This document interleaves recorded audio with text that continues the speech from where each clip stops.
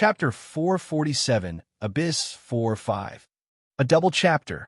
Daily plus 5k votes extra. Part 1. A long time ago in a world far, far away, a war broke out between two factions aiming to control that world. As the war was never going to end at the rate it followed, some scientists came up with a weapon that defied sense and logic, calling it the antimatter bomb. That horrific weapon was bombed right in the middle of the enemy's main city, harvesting every life and casting the city itself to nothingness. Only its shadow survived the apocalyptic moment and was cast down the abyss, becoming a ghost world between worlds. It was that case until a certain mage discovered the existence of the lingering ghost world and turned it into a place to experiment with all manners of forbidden magic. Later, this secret realm would become his vault for the undead creatures his followers gather. Sealed and secured behind layers of complicated seals, no one really thought that this secured place can be accessed by an unauthorized intruder. After all, this place needed the permission of the one who sealed the realm to be accessed. This permission comes in the form of a crystal that can teleport its holder across the abyss, and the cult colonizing that ghost world were experts in reproducing those crystals and cultivating them like plants, using the lives of their victims.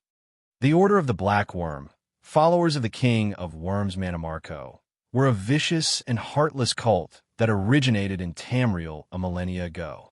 Their goals might be appealing and favorable to those who don't know them, such as the free use of magic and the reunion of ancestors. However, those who know them are well aware that this cult holds no sacred or holy aiming to infiltrate the places of power and hoard the honored dead for their twisted creed. The arts of the cult were all about creating the most perfect form of life or undeath. Compiling the dead was the first of their arts, and as spells that construct a new undead from existing remains were extremely popular. Examples for that are the Bone Colossus, the Flesh Atronak, and the most basic Bone Shambles. Still, one of the trickiest spells was the Necrostruction that can freely make whatever undead the caster wants as long as the materials were available. Only the best of necromancers were able to use such a spell. Mummification was one of the early arts in necromancy, and its goal was to create the ultimate undead that could be raised over and over again, but it wasn't as promising as it sounded. But on top of all the arts of the worm cult is the transformation by embracing the power of lichdom, placing souls in an object called a phylactery, which is usually a jar or a chest. Liches are selfish and power-hungry, destroying all in their searches for souls to repair the phylactery. Extremely intelligent and powerful, they are always resurrecting if their phylactery is not crushed. Most liches are in control of at least a small undead army in a tomb and are adept spellcasters. Nether liches are weakened form liches. Ancient liches are stronger than the normal ones. Finally, the Lich King was a title only held by the first Lich, Mannimarco. Some argue that Mannimarco was not the first Lich, as he managed to become one after studying the Nordic dragon priests. The dragon priests also had a similar theory, but instead of using phylacteries, they used the prayers of their Draugr followers buried with them in their crypts. Such a study always occupied Elder Fauken, a very old Lich that served in the ghost world as the Anchorite, the leader of a worm cell. Fauken was a Nord necromancer who served Mannimarco for ages later to be guided to lichdom and transform into a lich. Some may argue that a Nord is lucky to reach such a high position in magic, but those ignorants never knew that the best necromancers in history, aside from Mannimarco, are mostly Nords. Argument may come and go, but Nords have the best aptitude to chaos. That is why Fauken took pride in his apprentices, who are mostly Nords, as the ones who will revive the cult and return it back to its former glory once again. Still, Fauken was very occupied with managing his territory as the locker of the summonable undead of the cult. Hidden as it may be, a lot of maintenance was needed to keep the ghost world up and running. The cult always provided living sacrifices to the ghost world for the sake of keeping the stored undead functioning. This realm wasn't a Daedric realm, which means there was no higher entity to fuel it.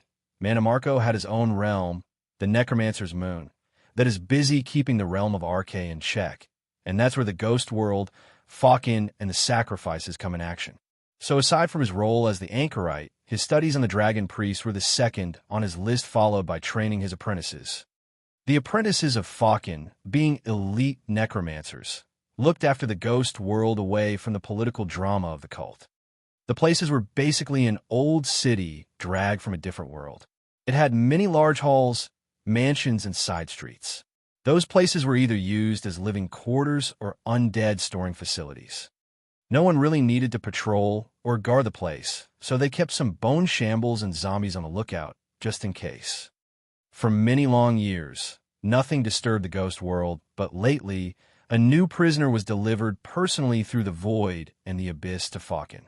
A prisoner to fuel the ghost world like nothing before, and to be locked in the safest, innermost sanctum of Faucon by the direct order of Mannimarco. As far as he was concerned, it was a fragment of a Daedric prince. Nothing less can be expected from the king of worms, to be able to bring such a rare specimen to me. Faucon wondered. By that fragment of a Daedric prince, forget about the living sacrifices. It was as if wings were added to a serpent, creating the foulest of dragons. At such occurrences, disturbing Faucon was a taboo, and as he would spend hours brooding in his research and the rarities he is in charge of. But the most exciting gifts brought the most imminent disaster. A real dragon priest has invaded the ghost world, and the impossible became possible. The seals on the ghost world were broken, and the connection with the king of worms was broken. The sheer idea of finding the shadow world was impossible and impassable. The realm was personally hidden by Mannimarco through an enigmatic method only an otherworldly being can crack. More to that, the stealth function of the ghost world was simply perfect. Who in the right mind would have guessed that the seal was broken by an otherworldly reincarnated individual, and the ghost world was discovered by a cat who happened to be a shadow fairy that can track the presence of a Daedric prince or even hide from them? It was absurd, but that was not Faucon's problem for now. Currently, he had to repel the attacker, this strange dragon priest. How can a dragon priest invade the ghost world? Faucon couldn't understand. The one he saw was a man in black armor, covered by a large black cloak, wearing an ebony dragon priest mask. In this day and age, the dragon cult has long since perished. This dragon priest must be a very ancient being, but that doesn't explain his invasion to the ghost world. Of course, the dragon priest, aka John Dare, was impossible to be recognized as a living human, for he was covered in with greed in a cloak form. With pride in hand, the ebony blade, in another, and wrath leading a small army of undead behind him, John was making a grand intro. During the past few hours, John was busy doing mapping around the area with the help of the system. He infiltrated the place and gathered accurate information about the locations of the major powers in this realm. In his point of view, this realm was another twisted version of the already twisted Cold Harbor. The Order of the Black Worm had connected this place to most of the other worm cells, creating a hub for their unholy army. At first, he thought the materials were gathered here and then manufactured into zombies and bone undead. The truth wasn't far from that, but he misunderstood something. If it were him, he would indeed gather the best quality of bones and create his undead with them, but the worm cult operated by different values. There were undead, yes, but as John and Jax opened a certain warehouse in this ghost world, Jax identified some of the undead. These ones were fighters from the arena. That is Fura the Strong, a Nord I remember very well. And that is Savius Aventus, a former Imperial soldier who was forced to fight against Darius. Jack said, "You're saying that the worm cult is collecting strong heroes and fighters from the arena to mummify and fill their zombie locker with? This is very concerning." John realized how much of a threat this is. According to Jax, the corpses of the dead in the Imperial arena are handled by either the family members or some gravediggers contracted with the arena. Apparently, those are the worm cult agents. By the looks of it, the worm cult has many cells spread across Tamriel, judging by the diversity of the bodies, and they rely on more than just the Imperial arena. Just thinking of how many bandits, criminals, assassins, and unidentified corpses are handled by the nameless gravediggers, it all made John feel a chill in his spine. There's more than just that, human. Other places have big dummies, cow heads, and even large doggos. What Nefertiti wanted to say was that there are giants, minotaurs, and direwolves as well. This is worse than I thought. John fell silent for a few seconds, then spoke once again. I have a plan, but will need you guys to assist me. Nefertiti, you will take down the extra load on me. Stick to the shadows and protect me stealthily. Too much work, Homan. Jax, take this staff. Even though you're not aware, we are outside, Mon. Ahem. Sorry. You Minotaurs have an excellent sense of directors. I will assign those scrolls to different locations, and I want you to activate them with that staff I gave you. Can you do that? Yes. Good. I'll be the distraction then. Move out. Part 2. Back to the present. John and Wrath made an intro. John is a dragon priest in all black ebony, wearing his mask and donning greed as a cloak to hide his life signal, while Wrath led all the undead John summoned from the soul cairn. Botir, come out, John shouted in the dragon tongue to call forth the leader of this place. The whole ruined city shocked as John made his grand appearance. Necromancers and undead started running from their spots to see what is going on. John made sure to put on airs as a dragon priest and flow in the air while giving off a heavy pressure to his surroundings. Just as a necromancer tried to attack him on sight, John made the poor sod explode from the inside out using his imagination by pride. What is that? Where did this come from? Some necromancers tried to make a formation, but Wrath arrived beside them and took them out in one slash. Howl! John didn't mind Wrath having some fun. After all, the sin of Wrath Odokuro has arrived at a new evolution since he received the dead sand John gave him.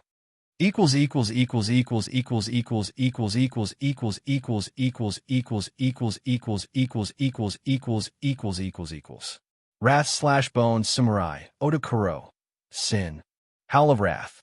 Howl of Death New. Equals equals equals equals equals equals equals equals equals equals equals equals equals equals equals equals equals equals.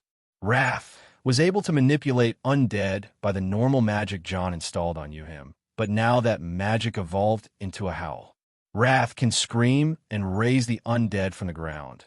Not just that, he can also disturb the connection between the undead and their master, taking over those undead. It was by all means an overpowered skill. John watched proudly his Wrath take over those high-quality undead led by those necromancers. Prida Hinmar, spread your terror. Howl! The howl of Wrath echoed around, turning everything in its wake into ruin as if a dragon was breathing out destruction. The worm cult members were indeed taken out by surprise in their safe vault, but not for too long. These elites were specially trained to be the future of the cult. Seal it. Follow my lead. Start a binding soul gem array. John was surrounded by the best mages in the worm cult, and layers upon layers of barriers were applied around him. Suddenly, a swarm of bugs flew from the innermost building and formed a floating humanoid that kept the same altitude as John. Capture it. A dragon priest came to our home. I want to interrogate this specimen myself. The humanoid said in the most disturbing voices. The humanoid was a pale zombie-like man wearing some ornamental robes and holding a large staff. His appearance was akin to a corpse, but staff and eyes carried a pale, cyan soul flame, exposing its identity as a lich. John felt the pressure of the binds cast on him by tens of necromancers, but that was easy to withstand for a few moments. Nefertiti, take action now. John sent a telepathy signal to Nefertiti, who acted in an instant. She crept out of the shadows and attacked the nearest necromancer, as if she was a bolt of shadow. John synced his hand movement with her, acting as if he killed all those mages by some unknown method. Help! No! Stop him! John's hand movement became akin to terror. The necromancers, who felt they were going to be killed as their comrades, dodged John's hand movements and escaped, thus the binding array was broken. Useless! The Lich shouted as he aimed his staff at John, casting Necrotic Spear. Impudent. John didn't give the Lich Falcon a chance to attack him and retorted with Lightning Bending, a spell only available to Pride. The bolt of lightning canceled the Lich's spell and twisted itself to attack from the side. The Lich cast Soul Cage, and Flying Crystal came out of the ground, casting and met the bolt, exploding together. Despite the effort, John's magic wasn't canceled, and what survived of it grew in power and attacked relentlessly once again. What sorcery is that? Identify yourself, Bug. Falcon became infuriated by John's tenacity. Know your place, Maggot. John's pride kicked in, and he returned the insult and increased his power a tad more. Huh, interesting specimen. I will dissect you to my heart's content, if I have one. Ah! Falcon didn't back down in front of John and started to fight seriously. In John against Falcon, John was overwhelmingly disadvantaged. Falcon was way older, craftier, stronger, and fighting in his den.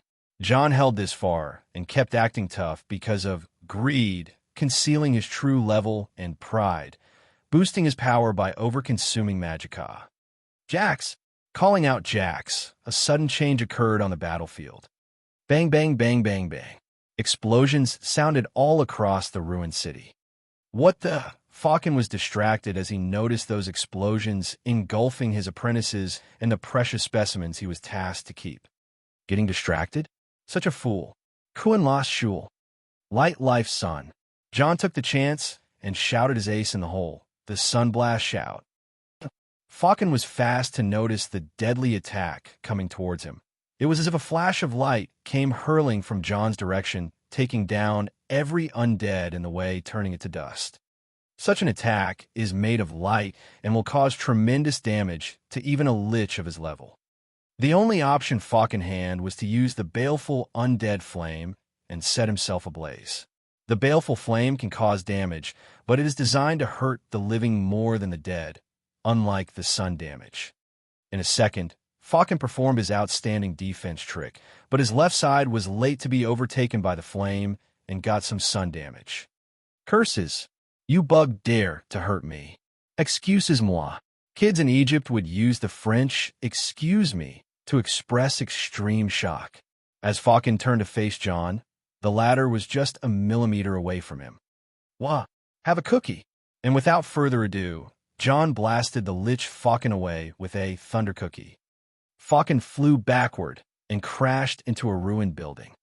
What the fuck do you mean by dare? You son of a bitch. We're having a till death do us part fight. You dim-witted fool. I dare you dare me again. No, I double dare you dare me. That's an ability only I can use, double dare. Being aggroed by the forbidden word, John was foaming from anger over the ruined building Falcon fell in. To vent that anger off, John waved pride, in a half-circle killing all the necromancers near him with a cold flame. As John was doing so, Falcon returned in the foulest of moods. Bug, I'll teach you your place. The land rumbled as Falcon flew out with a viciously twisted frown on his Lich face. He cast a spell that took over the ground in a second. Defiled Ground, a rune spell that does a lot of harm to anyone who steps on the area of the mage. Wrath jumped away and stood on a huge pillar away from harm. All the undead that he controlled started being broken by the effect of the Defiled Ground. It was then when Falcon took note of Wrath. At first, he thought that this large-boned samurai was simply a bone colossus that has overgrown and got enhanced a bit, but it was clear now that this is a very unique undead, something new and unknown. A long-living Lich may have a vicious personality, but long life gives curiosity, and he knew exactly how to harm the Dragon Priest. Undead Claim, a spell that drives away the mental control on a certain undead and gives it to the caster. In other words, Falcon was hijacking Wrath. John felt the underhanded strike as it landed on Wrath and attacked John's consciousness right away.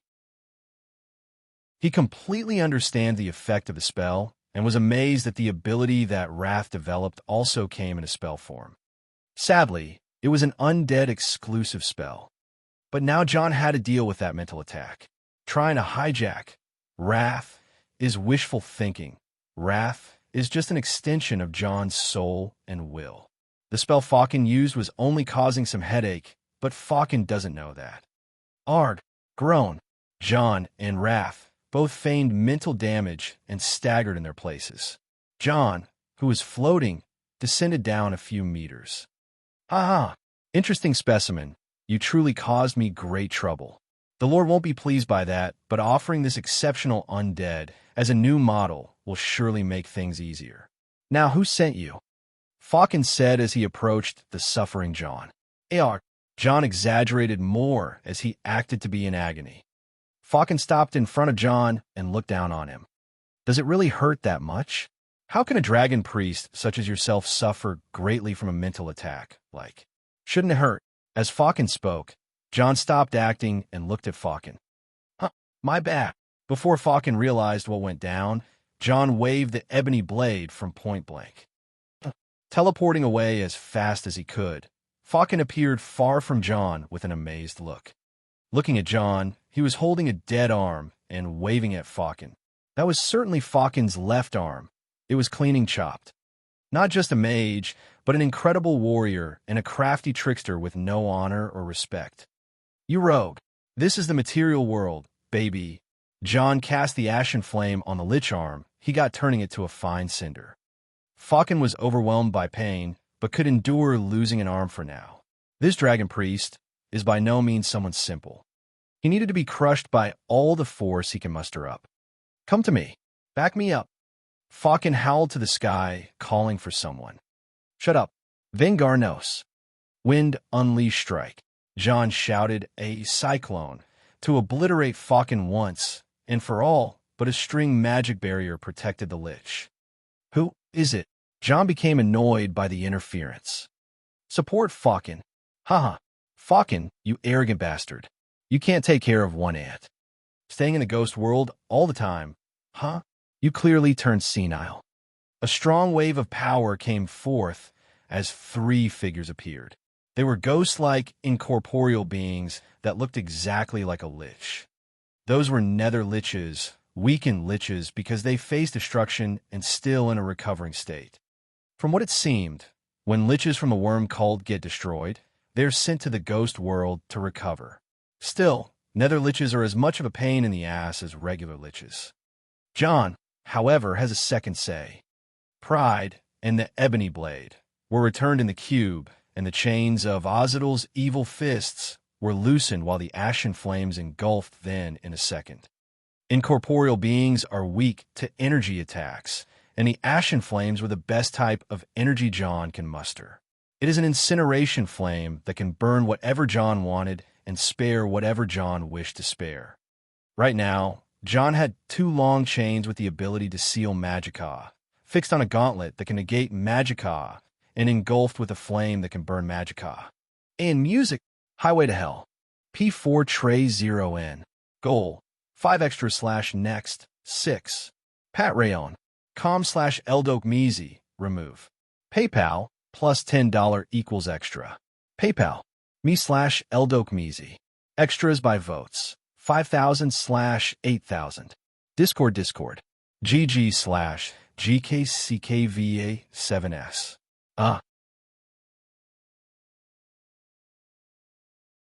Chapter 448, Abyss 6, Highway to Hell.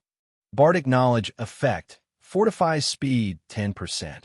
Sweet. 2 chains with the length of many meters dangled down as each ring was being lit by the white ashen flame. John reinforced his control by folding the chains around his hands, once then give them a shake. Tink, tink, tink. And they were to his liking. One man who is supposedly a dragon priest was facing 1 ancient lich and 3 nether liches. The odds were totally uneven, but in these cases, it is advised to play the game by a new set of rules. No matter how good his talent in magic is, this fight was hopeless for John if he kept fighting using magic. A physical fight, on the other hand, is the right equalizer for this situation. Get him, as Faucon shouted, for liches cast magic at John from every direction. Fat chance. John pulled off 120% of his strength and speed as he pulled the chains up. In a second, They were moving around him like in whirls, intercepting every magic. With Ozidal's boots of the Apostle, no matter what surface he stood on or what altitude it is, John was moving unhindered. With sure movements, he advanced to the nearest nether lich with his body reinforced with aura. The next move was a flashing, flying straight kick with both feet, launching the lich backward. Restrain his movements.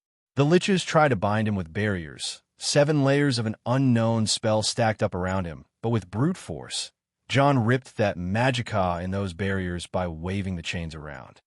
Magic may be able to restrain warriors, but fast and flashy martial arts were of great risk to any spellcaster.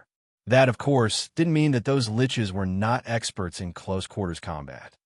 The remaining 3 liches tried to attack with their staves using a close-range spell, but to no avail. John controlled the trajectory of his movements by attaching a chain to the ground and pulling himself away. As the liches were trying to return to formation, the other chain found its way to the neck of one of the nether liches, wrapping itself around it and pulling him towards John. As the lich tried to gain a view of the direction he was pulled to, John's knee entered the screen. Even though nether liches are partially ghosts, a physical attack supported with aura can sting where it hurts. The lich got the feeling of having his skull being rammed through his nose. Unpleasant as it is, John's merciful style included an elbow attack between the neck and shoulder after that knee. Then the other knee upwards to the chin. Then a hand chopped to the neck. By that move, the target should be stunned, so what follows is a finishing attack. John would break the neck, but considering the nature of a lich, it was better to overload the 8 major energy points with magicka, causing a backflow and soul damage. The poor lich was over and sent back to the phylactery he recovers in. Damn, this song is getting to me. Whatever. John turned to the ancient lich Falcon and the remaining nether lich. The two got nervous as John started to charge at them, but suddenly he got stopped. It seemed that the chain holding down was stuck in something. The 2 liches wouldn't let the chance pass by, and John knew it, but he couldn't help but look at whatever stopped him. And who would have thought it was the other nether lich he blasted away earlier? That lich was holding to John's chain with his staff, trying to not let him move. What that lich didn't know was that John was smiling under his mask. Wrong move, buddy. Feeling a chill all of a sudden, the lich looked towards John, who was surely up to no good. John pulled the chain so fast and descended toward the lich, but forward. Historians never recorded what was the fate of that certain lich, but it was agreed that this was the first lich ever that was killed by a stinkface attack. You know that Rikishi move from WWE? 2 down, 2 to go. John stood up, stretching his waist left and right before dodging to the side as a heavy barrage of necrotic spears landed where he is. Rude. Kill him now. This trickster is troublesome. Keep him at bay. Falcon shouted as he used every possible spell to catch John with. I don't need you to tell me that, the nether lich retorted. John zigzagged and teleported a couple of times as he evaded the defiled ground, necrotic barrage, and soul cage spells. He was not given a chance to counter as the liches kept flying further from him. Jax, one more time. John asked Jax for another distraction. Boom, boom, boom, boom. Another series of explosions sounded by as more important places were set on fire. Using the millisecond of distraction, John redirected himself at the liches for a counter, but they saw that trike before and were ready for him. Still, it wasn't that simple. John cut his counterattack short, and someone else proceeded with it. Wrath took the chance to sneak up as John was distracting the liches and attacked Falcon. Falcon had already lost an arm and could barely defend with his staff. The last nether lich was totally John's prey now. He saw John already so close to him, so he turned tail and ran. Coward! Falcon groaned as his last ally abandoned him in such a tight situation. John waved the chain at the nether lich, catching it by the neck and the waist, then let gravity take its course with a strong pull to spice up the body slam. The nether lich fell and got badly damaged. The ashen flame took care of the rest, turning the ghastly remains into ectoplasm. Now, the only remaining lich was Falcon. Looking at him, it seemed that wrath alone got him good. Faucon was hanging from a large pillar as his staff fell down and was still in the middle of recasting his levitation magic. John rudely teleported above Faucon. He looked down at the lich who was helplessly hanging with one arm to the edge of the pillar. He leaned down and held Faucon's hand with a twisted smile. Long live the K. No, not that one. Oh, right at him. Fussaroda. Jumping down from the high pillar, John landed on the apocalyptic land with the other arm of Faucon in hand. Good job, everyone, he said, passing the arm to Jax. Nefertiti and Wrath appeared as among the pile of bodies that belonged to both the necromancers and the undead. The undead broken included a large number of bone colossuses and a few flesh atronachs. One of them was very gigantic. Who the hell took that down? John asked. Team effort, Nefertiti replied. Seemingly, it was her, Jax, and Wrath. I've seen one of those abominations once in the Three Fates ESO trailer in my past life. The thing stinks from a closer look, John said while kicking the large flesh atronach. He turned around to Nefertiti. Where should we go? This way. Nefertiti turned around as she transformed into the human form and walked to the heart of the ruined city. Wrath and Jax followed as the latter threw the lich's arm away. In the middle of the ghost world stood a grand temple with statues of people that resembled beauty, wisdom, justice, motherhood, bravery, and all. John felt as if he was walking into a Greek temple. Most of the statues were intact, but not clean maintained. If such a realm fell in the hands of someone like John, he would have turned it into an incarnation of Olympus, but sadly Mannimarco found it, and maintained only what gained his interest, leaving the rest to rot. More to that, there were still more living people. Not necromancers, but living prisoners, sacrifices of sort for the twisted rituals of the worm cult. Children, women, elders, there was just all of them trapped in cages with nothing to cover their skin, with exposing the brutalities they have been through. There were actual living souls in them, but they were broken. Those who could talk would mutter words of madness in languages John never heard of. Aliens, Shadow said. Oh please, aren't otherworldly beings called aliens? They are humans and some other strange races. They are people from other worlds, which is basically aliens. Stop it, okay? Just look at those people. Even the soul-shriven had hoped to fight back, had rags on their bodies and Daedric waste in their bellies. Those people are... I just can't begin to imagine what happened to them. Humanity, at its best, if I am allowed to say. They are nothing but people who were unlucky enough to venture into the sea of chaos between the universes and get caught by the cult. The rifts are the only places where all extraterrestrial species meet. After all, just find a way to lure them in. It is sick. And look at you, the hero who stopped the evil cult. As soon as you are done here, the realm will collapse given time. Those people are as good as dead, so you can give them a merciful death if you want to, or give them time to die. No, they suffered long enough. It only took John one click with his staff on the ground for his imagination to be real. Those who were imprisoned for soul extraction died silently and painlessly. Find solace for those who have harmed you have died in pain, and more shall follow. Find home and peace beside those you love. A prayer? How nice of you. I wonder how would they feel if they know that their torture was prolonged only because of your actions that have led their jailers to a better fuel source, leaving them as the emergency backup? And their souls would have ended up as undead puppets forever otherwise. You'll be surprised by the things people like them will trade to end the suffering. I don't ask for understanding or forgiveness or any of that. Okay? Just shut up. True or not, there was a part of the responsibility on John's shoulders. He knows he doesn't have to be sorry for everything that gets broken by mistake. He understood the term of collateral damage, but even monsters would feel the weight of their sins. But that all was a reminder that the world is not a game. He knows it, but reminders are reminders, and the lessons of life come only after the tests. We are here, human, getting pulled back to reality. John found himself in the inner sanctum of the temple he walked in. It was a large chamber filled with many weird objects. In front of him were 4 nether liches who looked in a dire condition. Hey again. John took the lead and aimed his staff forward. Stop him at all costs. Together, John ignored the liches and cast Eye of Magica, revealing to him the phylacteries of those liches. A bunch of jars, chests, and voodoo objects were highlighted in his sight. By the next second, John imagined their destruction, and pride did the work. Whale scream. The liches stopped what they were doing and started disintegrating into nothingness.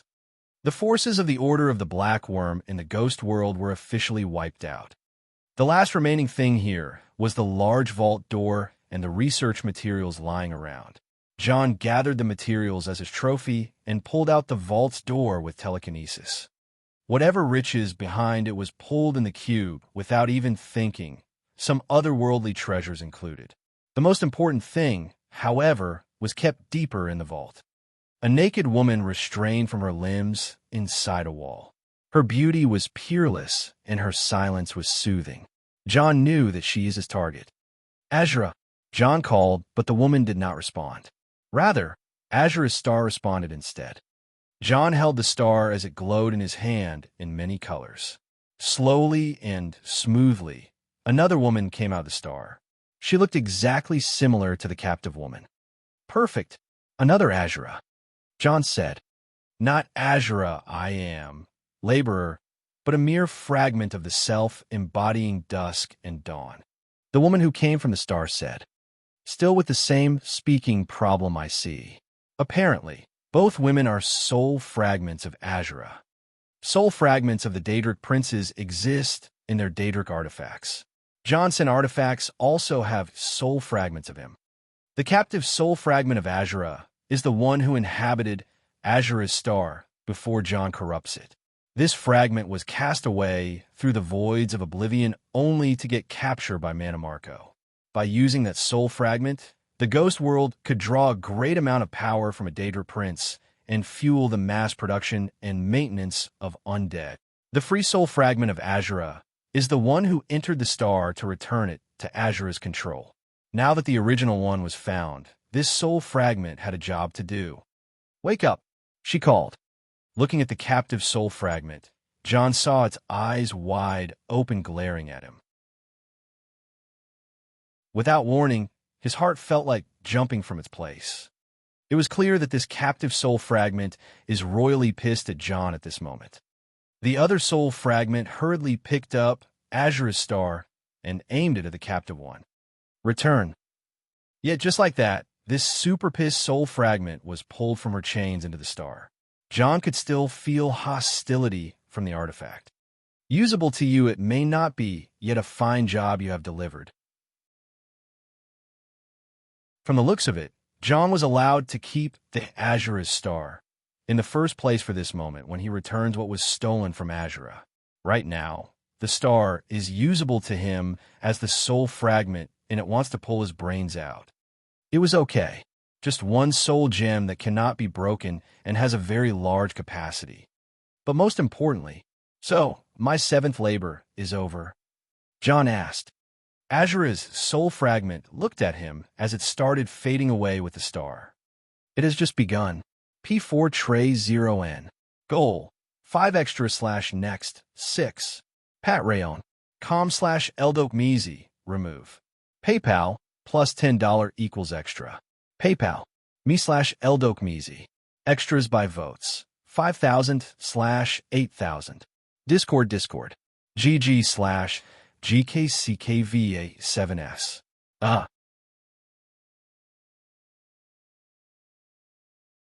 Chapter 449. It is time to let go. I want to bash some people's heads to a wall, rip off their arms, stick them up their asses, shove my hand down their throats, and give them a handshake. That's too vivid. You could just say you are annoyed. I am annoyed. You are right. Not that helpful. Fine. Move along to the brutality part. I don't know, man. I just want to drink my sorrows away now. Do you know any good place with fine liquor around the abyss? The Way Out. Sounds like my kind of place. John walked out of the ruined temple, not caring for anything anymore. The world can bite his ass for all he cares about. After the soul fragment of Azura told him that his 7th labor is just beginning, it faded away along with Azura's star, and he was left staring at nothing. As he pulled his mind back to positivity, relying on his violent desire to get back at Azura. After that, he just broke a few things, then walked out of the temple. Passing back to the abyss from the crack between the worlds wasn't something really easy, but the meteoric glass crystals helped. John found himself back in the cave outside the rift. A lot happened, but at least things got resolved for now. Ever since he left the citadel of Ebenarm to search for clues regarding Zane, Isha's dead brother, things were escalating at their own pace. John wasn't sure what happened with Zane exactly. Was it the cult of the Black Worm? Did they kill him to take his corpse and make one of those high-quality zombies they fancy? Or was it just the curse the traitors cast on him? Was his body in the ghost world when Jax detonated most of the undead vaults? Maybe it was just a pissed-off Daedra or a misanthropic entity claiming souls by curses. John wasn't interested anymore in those questions. Following those leads won't do any good and may harm Isha. There's still a seventh labor he has to take care of and had to wait for some new sign from Azura. Now that he thinks about it, this isn't unreasonable. The worm cult has already made an enemy of him, and they are bound to clash. Azura will also be vengeful and will seek to settle the score with Mannimarco. Not that crushing his undead locker was enough or anything. With things like that, a lot of chaos is bound to happen. Maybe a big event will take place before year 4 E201 comes. My real age should be 42 by now. I'm too old for this shit. John sighed. But first, he needs to return. Alucard Desert, Dead Sand Region, the secret Ansei Pyramid. It has been days since John entered the abyss, but the area around the Ansei Pyramid has changed.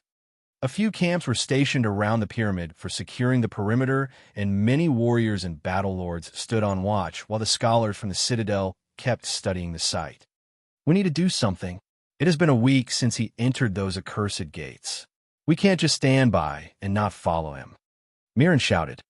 If there is anything we can do about it, we would have done it by now, said Nagla, the spear battle lord. That's not helping. Even Isha came here once she knew John has entered that death trap. I'm glad that the girl finally budged from her place, but there is nothing I can do. The archaeologist said that the pyramid needs starlight energy to activate the gates of wish beneath it. That energy needs some rare crystal that we don't have to be installed on the top of the pyramid in a certain hour at night for the gates to open. And you are telling me that Krylon managed to activate the pyramid by himself, while an organization like the Citadel is unable to. As embarrassing as it is, yes. Nagla said, what massaging her temples. We didn't even know there was a method to cross the dead sand, a sacred pyramid in the heart of this godforsaken place, and the worm cult making it their base. The situation was dire in the face of the Citadel of Ebenarm. To be unable to uncover such facts was a fatal mistake. Who knew what would have happened if John didn't wipe out the work cult with Illander, or what is on the other side of the Gates of Wish? Illander himself was questioned for 2 nights straight just to get to the bottom of what John discovered. It all started with the most ominous name. Sid is the snake known as Akel.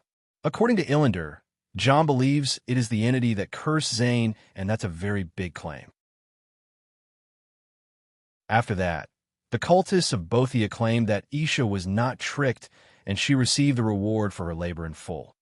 Then somehow, John received a revelation from Azura that led him to the dead sand, and he conquered it after building a bone bridge that resembles a large spine going through the desert. The Citadel wanted answers, and John was somehow beyond the most infamous gates that no one can open. Don't worry about him. This guy fights like the devil. He will be okay, Illander said. He returned to the Citadel after he parted with John and reported the whole thing. Just shut up now. You know you are being punished for not stopping him, Nagla said while glaring at Illander. Come on. I wouldn't be able to stop him even if I tried to. He had that labor thing he had to do. The whole matter was getting more complicated by the second, and none knew what to do.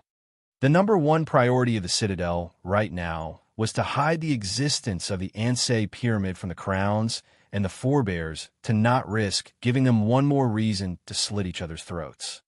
Still, the most important thing they're focusing on right now is to make heads and tails out of this situation. John and Illander are the best leads, but as far as the latter could tell, the former was the one who investigated everything thoroughly. In the center of this mess, there was an important family member they all had to take care of. "Haven't Isha talked just yet?" Nagla asked. "No. She is with Zara and Miranda beneath the pyramid," Mirren answered. Once she knew that John has entered the dead sand and found an ancient sacred site while he was investigating the truth behind Zane's death, she stood up from her place and walked to the dead sand. She looked more lively and ate her fill while waiting for John to emerge. Today marked the 7th day since John entered the gates and was the day he came out. It all started when the valley shook as if an earthquake was happening. Everyone around the pyramid cleared to a safe area only to see the patterns on the pyramid glowing. The archaeologists said that if something like this happens, then the gate beneath the pyramid has been opened. Those who were related beside the top brass of the citadel ran towards the pyramid and went down to the gate room. As everyone gathered, the gates of wish opened. Through those gates, people could do different things. Some saw darkness, while others saw a long, narrow path going endlessly in any direction. In a second or two, the scene changed, reflecting a person walking out. It was indeed none other than him. John wasn't surprised to see how many people waiting for him outside. However, he expected some fuss rather than dead silence. Thankfully, he managed to collect both Wrath and Jax before he comes out. He stood in front of the gates as they closed themselves and looked around. "Pretty crazy places you can go to beyond that gate," he said while pointing at the gate behind him. Mirren, who just came running, stood in front of John and pointed at him. "Is that really you?" he asked. "Missed me?" John wondered.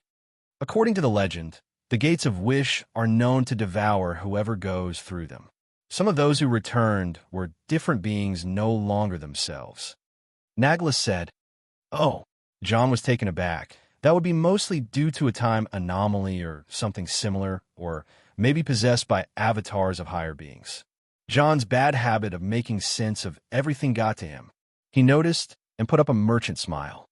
"So what do you think I should do?" he asked. "Prove your identity," Nagla said. John noticed the warriors around becoming nervous and grasping their weapons tightly. "Seriously? Fine," John said and turned to Mirren. A smile widened slowly across John's face, the kind of smile that makes people uncomfortable. "Oh no, I'm all right. Don't say it, you bastard." Mirren freaked out almost immediately. That's John indeed. Miranda didn't need further verification. Even the silent Isha eased up and let out a breather. "Come on, Mirren. We have been preparing for this since the day we met," John said while making a ring with his left thumb and index and inserting the right index through it. "Our gay scene." "Shut up. You two need to get a room." Nagla understood that John is himself. "Totally," John agreed. "And why was I even worried? This guy can't be dealt with even with a mad dater prince." Mirren flipped the table and left the room. Krylin, not expecting to hear that voice, everyone in the room turned facing Isha. Silence became a bit awkward, especially with Miranda, urging John to reply with her eyes. "Yes, Isha. Do you still have that spear you lent me? The one made of ebony steel?" she asked. "I do," John said. "It was a marvelous spear that Wolfer crafted. John didn't use it that much, but Isha liked it a bunch." "I want to trade it," she said. "It is yours," John said, taking out the spear and throwing it to her. At the same time, she threw another spear to him. John caught the shaft and froze. "What? Don't need it." This wasn't just an ordinary spear she gave him. It was the spear of bitter mercy. "You need it," he said. "It is time to let go," she replied. "But over there is this place called the Abyss that led me to a realm where the worm cult has made a large worm cell. I destroyed it, but there should be more worm cells out there. I believe your brother's demise is their doing." John desperately tried to convince her. "Krylin, it is time to let go." She replied the same once again. Her eyes were filled with emptiness, but she needed a rest. "It is time to let go. Ruining life won't bring the dead any solace, neither the living." "And," he asked, I'm leaving Hammerfell, she said. John sighed and looked around. Isha was already wrapping her spear and planning to kick off for where she is. Everything about Hammerfell must remind her of her brother now. She no longer wanted the truth, but rather wanted to heal. John has no choice now. After all, wherever she goes his seventh labor. P4, Tray 0N. Goal, 5 extra / next, 6. Pat Rayon.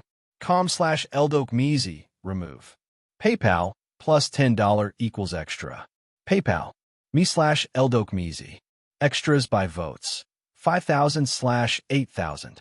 Discord. GG / GKCKVA7S.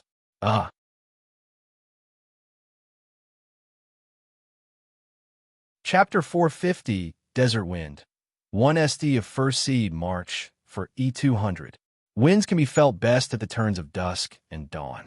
They can be gentler or warmer, depending on the preferences of those who wish to train in the adaptorium. As the core and inner adaptoriums were to train the disciples of the temple, the outer adaptorium was to train whoever wished to test their mettle or the foreigners who came to practice the general arts of the temple. The disciples were usually called the adepts. The outer adepts were trained in the outer yards to learn how to draw on the sand, harmonize with the wind, foresee the rain, read the storm, sense the sun, and dance with the 2 moons. Such idealism was usually associated with the sophisticated martial traditions of the Desert Wind Adaptorium, one of the 4 famed martial arts schools in Elsewhere. The outer adept Jonya was one of the new additions to the Desert Wind Adaptorium, and a very talented one. A large Kajiat like always drew a lot of attention with each fight he participated in. Now he climbed the ranks of the outer adaptorium, reaching the 2nd rank, and is about to challenge the 1st rank, Adept Tamara. Adepts, salute one another. An elder adept commanded the 2 outer adepts facing one another in the fighting circle.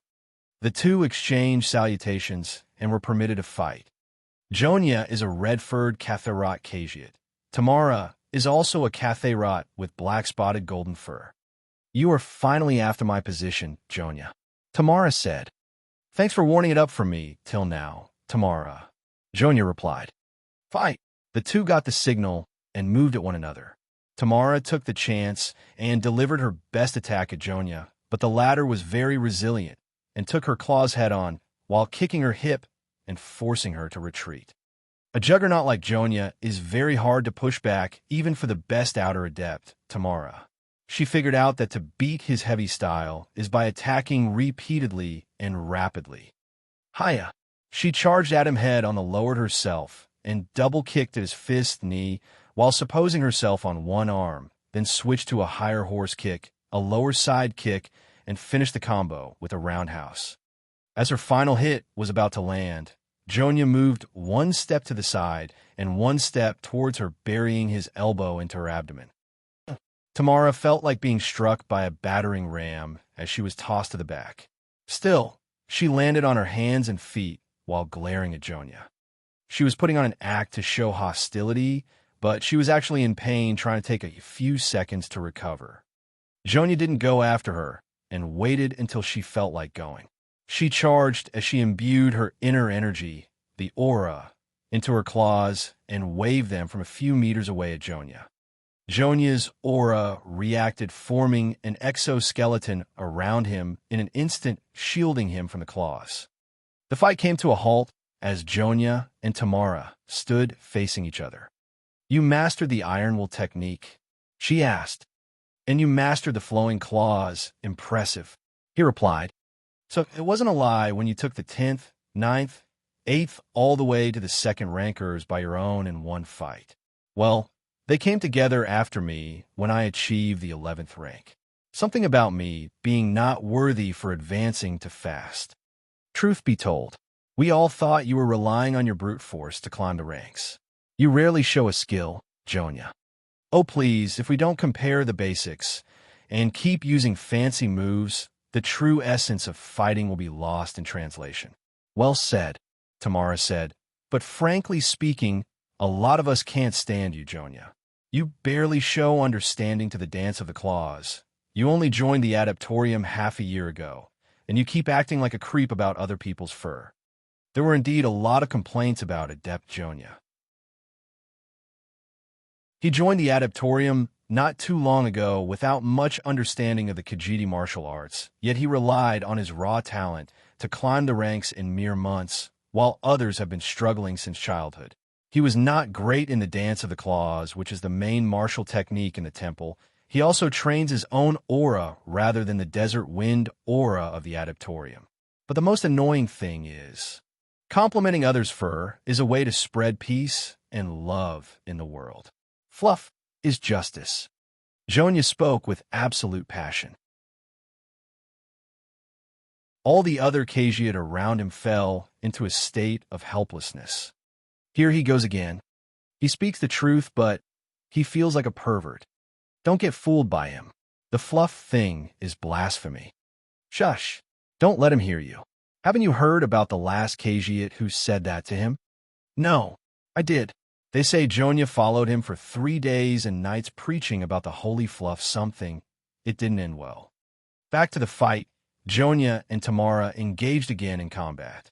While most adepts would rely on their claws, Jonya was using his fists, elbows, knees, and kicks more often. He got scratched by Tamara a few times, but he was the one pushing her back. His style was avoiding brute force as much as possible, as his superior strength gave him an overwhelming advantage and won't benefit his training. He relied on the choices of movement and the combat judgment. If Tamara used her claws, he would counter with his fists. If she used her fists, he would counter with his palms. If she used her palms, he would use his claws. It was basically a rock, paper, and scissors game. Still, as most Khajiit used their claws, Jonya would go with the perfect counter. As the fight continued, Tamara's style was completely revealed, and Jonya decided to end it. She attacked with her claws from his blind spot, but he quickly stepped behind her while attacking her with an elbow. She turned to face him with a wide attack, and he moved with her back to back, rendering her attempt useless while delivering a pinch the rear of her ribs. She tried the previous attempt again, but Jonya kept stalking her, then delivered a knee to the kidney. She fell forward, but kicked at him with her leg only for him to step on her foot. As she was struggling for one more move, Jonya's hand pinned her head to the ground. You lost. Grr. Tamara growled and struggled to push back, but to no avail. Hisses. Jonya hissed at her in a threatening manner with his aura overpowering her. It took a few seconds for Tamara to give up. Jonya won. Good fight. The elder adept announced the match over.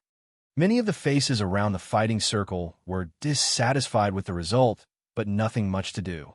Jonya became the first outer adept, and his strength, speed, and moves are all on a different level.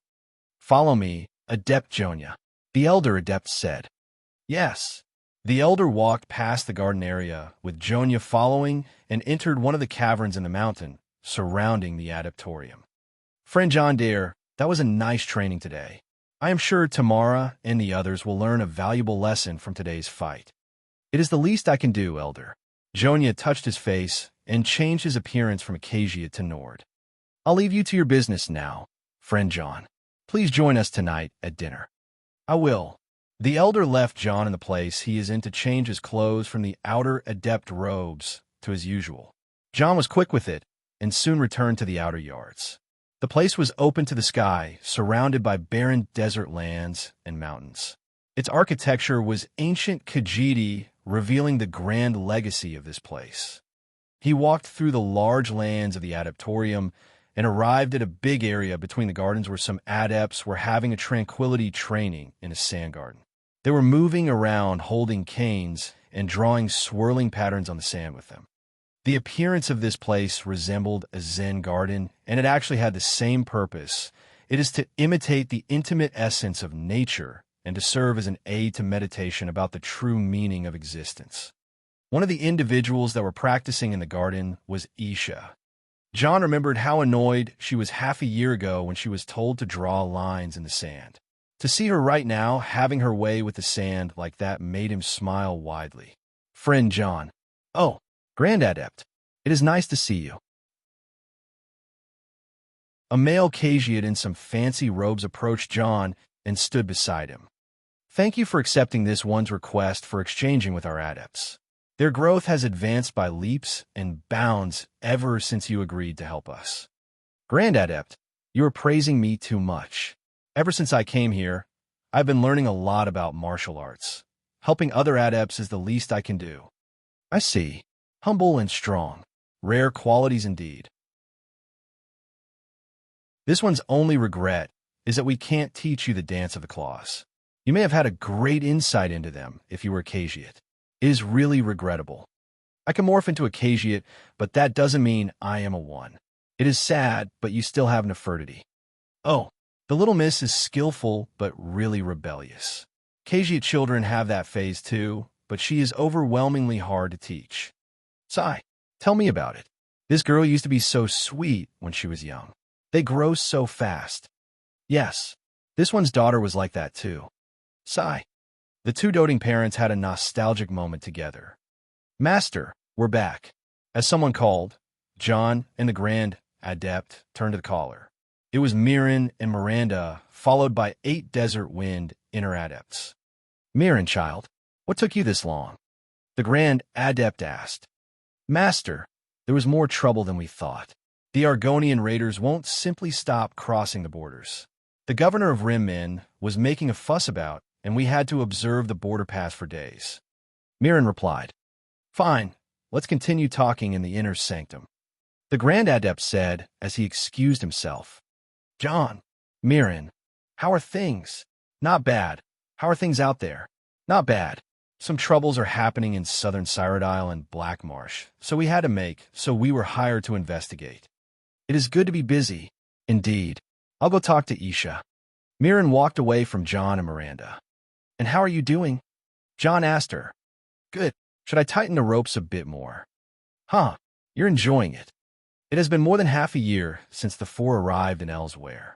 The only place that they can stay in was the Desert Wind Martial School, Mirren's and Miranda's home. John has applied to learn from a master's in the temple with the vouching of the Altmare twins, while Isha was here for escapism and healing. That was 8 months ago. Now, John has learned enough to become a secret mentor and donated some money for the temple to keep his identity a secret. Elsewhere is a territory that belongs to the Almarai Dominion, after all, and he is one of the most wanted individuals.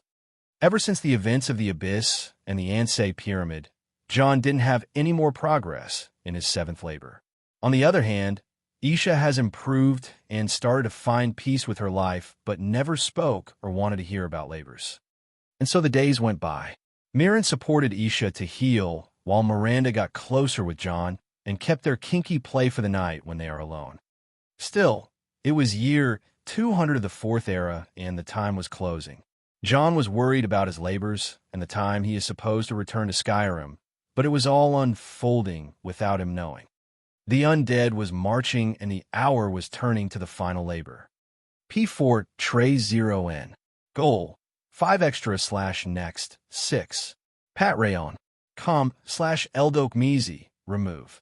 PayPal plus $10 equals extra. PayPal. Me / Eldok Mizi. Extras by votes. 5,000 / 8,000. Discord. GG / GKCKVA7S.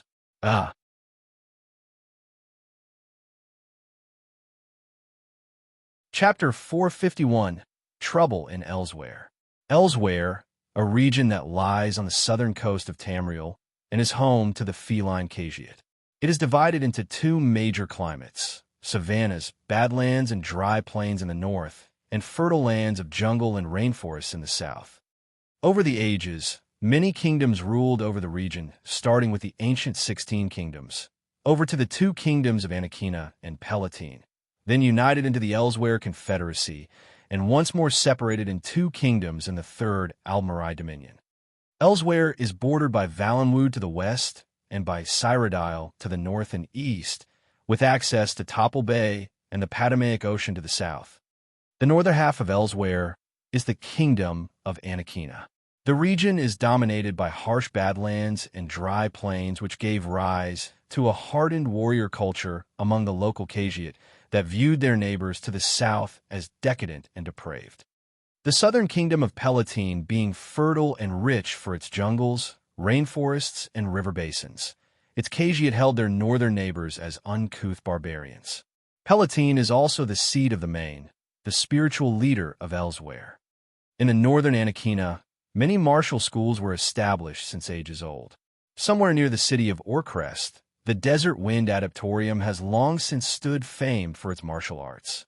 This school was established long ago to shelter many refugees of a Khajiit tyrant known as the Golden Beast who lived in the First Era, so the history of this temple is deep and profound by all means.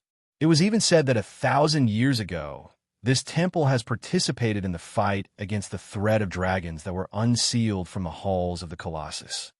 John has arrived at the Desert Wind School following his friends Mirren and Miranda, as Isha wanted a peaceful place to stay far from Hammerfell. Elsewhere's north may resemble Hammerfell for the open barren land of endless sand, but it was quite different. 7 months have passed since their arrival, and the days passed slowly and peacefully. Martial arts were something basic in Isha's daily life that didn't make her feel out of place, and to John, it was a new realm to discover and prove his talent in. As for Miranda and Mirren, who are core adepts in the school, that was home. Some Khajiit might find it strange for 2 humans and 2 elves to stay in one of the most prestigious schools in northern Elsewhere, but every story had its origin. For Mirren and Miranda, the 2 were left in the care of the Grand Adept since childhood by their relatives. Many secrets involve their origin, but martial artists do not care for politics way much less than mages. The skill of the twins made a lot of elder adepts interested in teaching them despite their inability to learn the claw dance, as they are not Khajiit. For Isha, she was accepted as an exchange martialist from the martial school of the spear from the Citadel of Ebenarm. The Citadel is famed for its martial tradition, and by being a friend to the Altmare twins, things went easy for her. The problem was John. He had no martial background and introduced himself as Krylon, a humble mercenary. He even revealed his face as a Nord and revealed his name to the Grand Adept to be John. Nothing more, nothing less. This was a bit strange for Nords, our enemies to the Dominion, which Elsewhere is part of and are rarely sighted in the Badlands of Anakinna. Still, John managed to earn a place in the Adeptorium. How? Money. As a walking coffer of gold, John has experimented on many of the best methods to find his way to power. Bribes were merely the beginning, as money could be spent under many forms, in many images, and for many more reasons than anyone can imagine. Charities, alms, gifts, donations, offering, and even buying and selling. One must learn his way around all those methods to be acceptable in every situation, location, and duration. Seeing how well John managed to find himself a place in the school, Isha started calling his money the blood money. She wasn't wrong, though. During the last half a year, John has gone on a lot of bounty hunting quests issued by the government of Anakinna and begged the garrison quartermaster many times to give him the permit of hunting the infamous criminal John Dare, but that permit was ranked as the highest difficulty. Khajiit understands how eager you are, but this mission is suicide. It would pain Khajiit to see one with potential die in vain. You are one of the good ones, after all. That's how the garrison quartermaster replied. If only he knew. Well, that's a story that is unlikely to happen. All in all, John didn't have any difficulties fitting in with the help of his fake identities, background stories, and deep pockets. He even made friends in high and low places. Pulu. In a certain slum in the lower part of Orcrest, John stood on a wall looking around for anyone coming or going. Oh, Pulu's favorite human is here. Don't let Nefertiti catch you saying that. The one called Pulu was a cat, or rather an alpha Khajiit, a first stock of Khajiit that looks exactly like house cats save for their sense of fashion. First stock is a term used to describe the 17 known variations of the Khajiit. Pulu is an alphic who is a friend to Nefertiti and John, as well as part of their information network. Brought you some moon sugar, rare quality, John said as he passed a pouch to Pulu. Always a pleasure working with you. Pulu snatched the pouch, hid it behind the wall, then returned to John. Now, what do you want to know from Pulu? John thought for a while, then asked.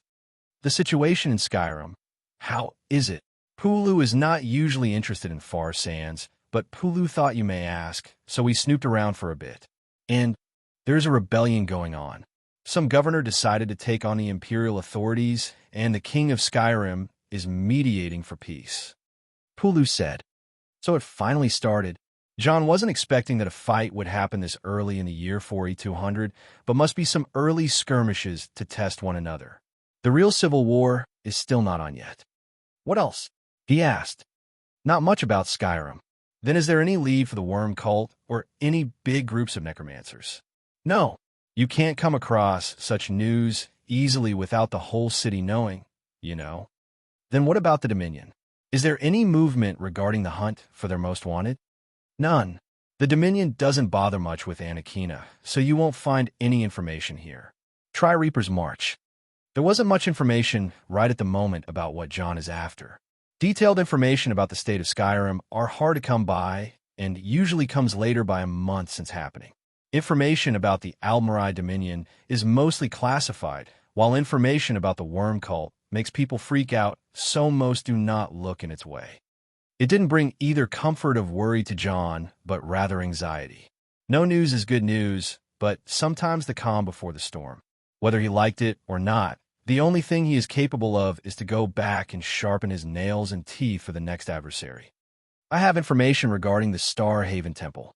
The Starhaven Temple is where the Desert Wind Adaptorium is located alongside other schools of the arts. What kind of information? It seems like they're sending many adepts to Rimmen in secret lately. Yeah, not really a secret though. No, but no new reaches from Rimmen. Even the Thieves Guild does not send people anymore. From what we heard, the city is on lockdown and the governor is hiring adepts and mercenaries for various missions. Some say it is related to the many Argonians refugees locked in the border pass. Oh, that's vague but interesting, John said as he passed another pouch of moon sugar. Always a pleasure. Always a pleasure. Pulu never knew Nords are this good with business. Much better than high elves. Thanks. The Alpha girl said what she wanted to say and slipped into the narrow alleyways.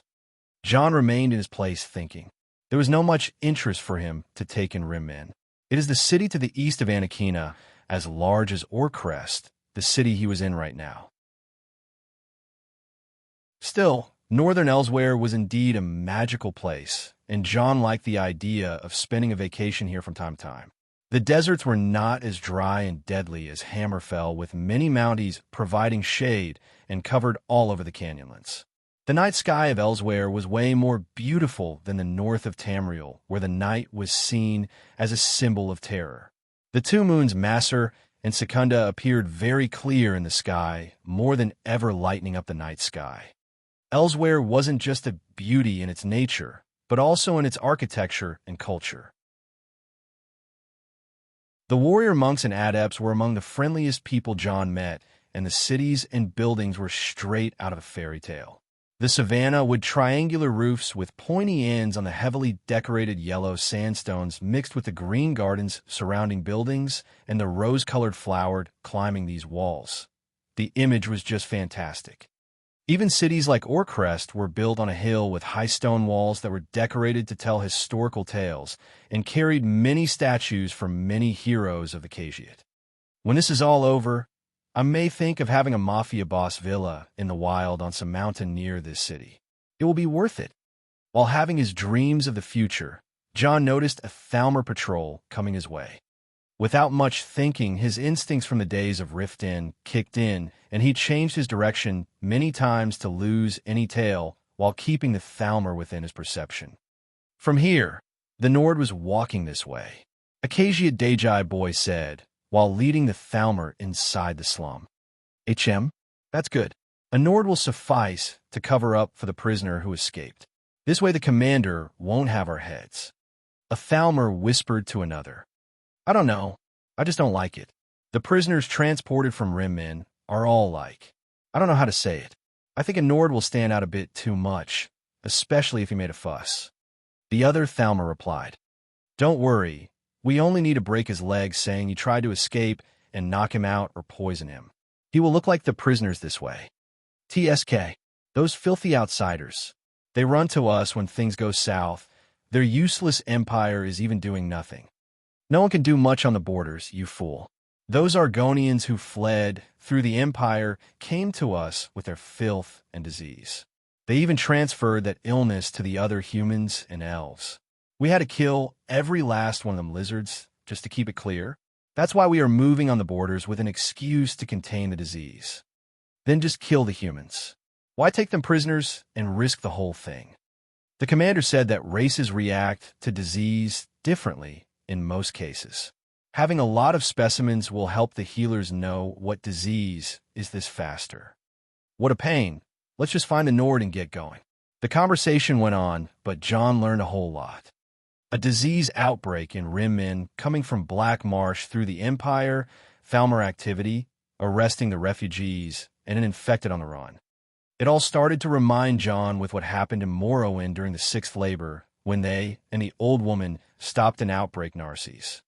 More to that, Mirren and Miranda were dispatched to Rim Min once, but they didn't say anything about a disease. It was just an escorting and security job. Seems like all the fun is in Rim Min. Can't possibly miss that out, can I? John thought. He took out a mirror, fixed his by a transformation potion, and made a telepathic call to Nefertiti to prepare things. He then walked out of his hiding. Hey, shitheads. Looking for me? P4 Tray 0N. Goal. 5 extra / next. 6. Pat Rayon. Com / Eldok Meezy. Remove. PayPal. Plus $10 equals extra. PayPal. Me / Eldok Meezy. Extras by votes. 5,000 / 8,000. Discord. GG / GKCKVA7S.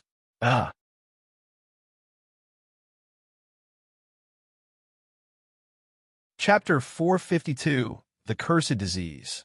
Double Chapter, Daily plus Extra. Part 1. The plan was to take a patch of prisoners from different races and ages to study the disease that struck the border area.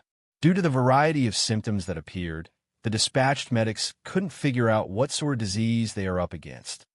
But when the Dominion soldiers escorted some of the refugees to a Thalmor camp near the infection site, one of them escaped, and the Thalmor sent people after him, hoping that the infection doesn't go widespread. Yet due to the nature of the mission, it was impossible for a normal elf or a Khajiit to find someone who escaped in the middle of the Scar, the desert in the south of Anakina Kingdom. That's why those soldiers stopped at the nearest city, which happened to be Orcrest, and looked for any convenient person to grab as a substitute for the prisoner. And lo and behold, a human. And not just a human, but a Nord, the kind of humans high elves dislike the most. Catch him, a soldier shouted. No, they are coming at me. John screamed frantically and started running around aimlessly. The Thalmor soldiers gave a chase and surrounded him. Now, as I hopped on him at once, John started waving his arms around. Leave me be. Perverts. Help. It was safe to say that there was no winning side in the fight. They hit John with their batons, and John punched around like a child. One baton hit John's elbow and caused his nerves to react unintentionally. His arm bashed the man that hit him in the guts. The man felt a sweet taste in his mouth as his guts were squished, and he fell on his knees with teary eyes. John and the others stopped what they were doing and looked at him. The man felt his image was getting ruined, so he smiled casually. Just an upset stomach. Carry on. Beat him up. The fight returned once again with the Thalmor soldiers running after John to beat him with their batons, and John waving his arms around. Still, many got their guts squished, their balls kicked, their eyes poked, their feet stumped on, and suffered a lot of bruises. In the end, they caught John. You can't do this. I have my rights. Shut up. My lawyer is called Karen. She will come and deal with your manager. Take him out of here, the captain of the soldiers said as he locked John in Steel Wagon. Looking behind him, the captain saw his soldiers lying on the ground in a sorry state. Oriel, it is over. This was so hard. I thought I might see my ancestors. Did we really catch him? I feel like it is the other way around. Stand up, you lazy twats. We are transferring the prisoner back to the camp. The captain shouted at his subordinates as he tried not to limp until he reached his horse. The road from Orcrest to Rimmen would take 4 days, but as the Thalmor camp was set on the edge of the state of Rimmen, near the Scar Badlands, the trip lasted for 3 days. John was quite the silent prisoner and kept to himself most of the time. The wagon transporting him wasn't anything fancy. He can break its walls with a punch and bend the steel cage, surrounding it with a little bit of aura. At the sunset of the 3rd day, the carriage passed a bridge over a steep canyon on the road to Rimmen. "Hey, guard, how long till we reach that blasted camp of yours?" John asked. "Look who is speaking. Why do you care, Nord? You are dead as soon as you arrive. Lady Winland is going to dissect you as soon as she gets her hands on you." The wagon driver said. "True, I once saw her gut an Imperial. She cut his chest and stomach open like a Y letter and took everything out, then started studying it. By Mara, it gave me nightmares. Those justiciars can be weird." Another guard confirmed. "It is called forensic pathology, dimwit." John replied. "For what?" "Forensic, for your simple minds to understand, is the science of opening people up to figure out what killed them." "Humph. Shut up, Nord. What is a northern monkey like, you know the ways of the elves?" The captain hit the wagon with his baton to scare John. "You don't believe me, Captain? Fine. If your forensic pathologists are as good as you claim, then they won't find it hard as they figure out that you died from inner bleeding and that guy over there died from choking." "What are you saying? Also, we don't have monkeys in the north." With the last word he spoke, John's staff appeared on his hand, and spells started flying in every direction. The captain got paralyzed as he fell from his horse with his face twisted with pain. His second-in-command started choking. The wagon driver bled from his everywhere. Another guard turned pale as he started freezing. So on and so forth until every Thalmor soldier died to a different cause. "I will be very interested in seeing your forensic report one day," John said as he walked out of the wagon by teleporting. "I don't think they will examine some low-leveled soldiers, especially when they are short on hand." A voice replied from the end of the bridge. John turned around to see a brown-skinned woman in a hippie sense of fashion and a girl in a gothic black dress. It was a weird combination, but a welcome one nonetheless. "Isha, Nefertiti, I assumed that your journey was fast," John said. "Faster than you at least. We have been here for a day and reconned the area." Isha said, "Sorry for being late then. I was extracting some information from those dead gentlemen." "That's an understatement. You overkilled them, man," Isha said, while poking a corpse with the end of her spear. "Did you catch the infected man who ran from the Thalmor?" John asked. "Yes. He was dying, but we managed to get some answers from him. I put him a mercy afterward." Isha replied. "So what did you find?" "A few Thalmor camps packed with infected refugees. Imperials, Khajiit, Orcs, and Argonians with a mix of other races in small numbers. The disease seems to have come from outside elsewhere through the borders, which explains the number of Imperials and Argonians. The nature of the disease is still unknown." Isha said, Interesting. What are you interested in?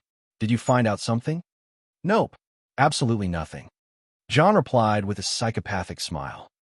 Isha and Nefertiti felt something was going wrong. "What is going on?" Isha asked. "Homan and I are connected, but it is a pain seeing through his head lately, so I don't know." Nefertiti replied. "Why is that?" "He was going through some anxiety lately." "Anxiety?" John looked at the two and smiled. "Don't you get it? After 8 months of silence, there's finally something." John explained. "What do you mean?" "My labor. It was on hold for a long time. 8 months with no accidents, no trouble. Everything is peaceful and no problems at all. Isn't this a good thing?" Isha tilted her head. "What?" "No. I've been stirring up trouble for 8 months straight for my labor to continue and finally a sign." To the overexcited John, Isha let out a deep sigh. "Cat, do something to your Homan or whatever. Leave me out of it. In these times, we better watch from afar as he does his thing." As the two started complaining about him, John butted in. "Ladies, focus. We have a disease outbreak. We need to investigate. I have too many plans and expectations, so let's work hard." He said. "Do like me, Isha?" "Yay. Go for it, Homan." Nefertiti said. "Yay. We believe in you." Isha copied Nefertiti. Fine. I don't want your help. Where are Miranda and Miran? With the rest of the adepts in Rimmen, they investigate in secret as their usual. Isha said, Good. Rimmen is our next stop then. Rimmen is found in the greater region of Anakina, which is known for its harsh deserts and dry savannas. However, Rimmen is found in the Rim territories, where the grasslands are more somewhat vibrant and lively. Rimmen is a large walled-off city with water canals and domed buildings built from ivory-colored stone and lush tropical greenery. The canals get water from the aqueducts that span across the kingdom of Rimmen. In the city, they empty in the town square into relaxing pools of water where several people pass the time to relax and meditate. However, today was no such day. It was said this morning that a lot of refugees are trying to pass through the borders as a disease outbreak happened to the east.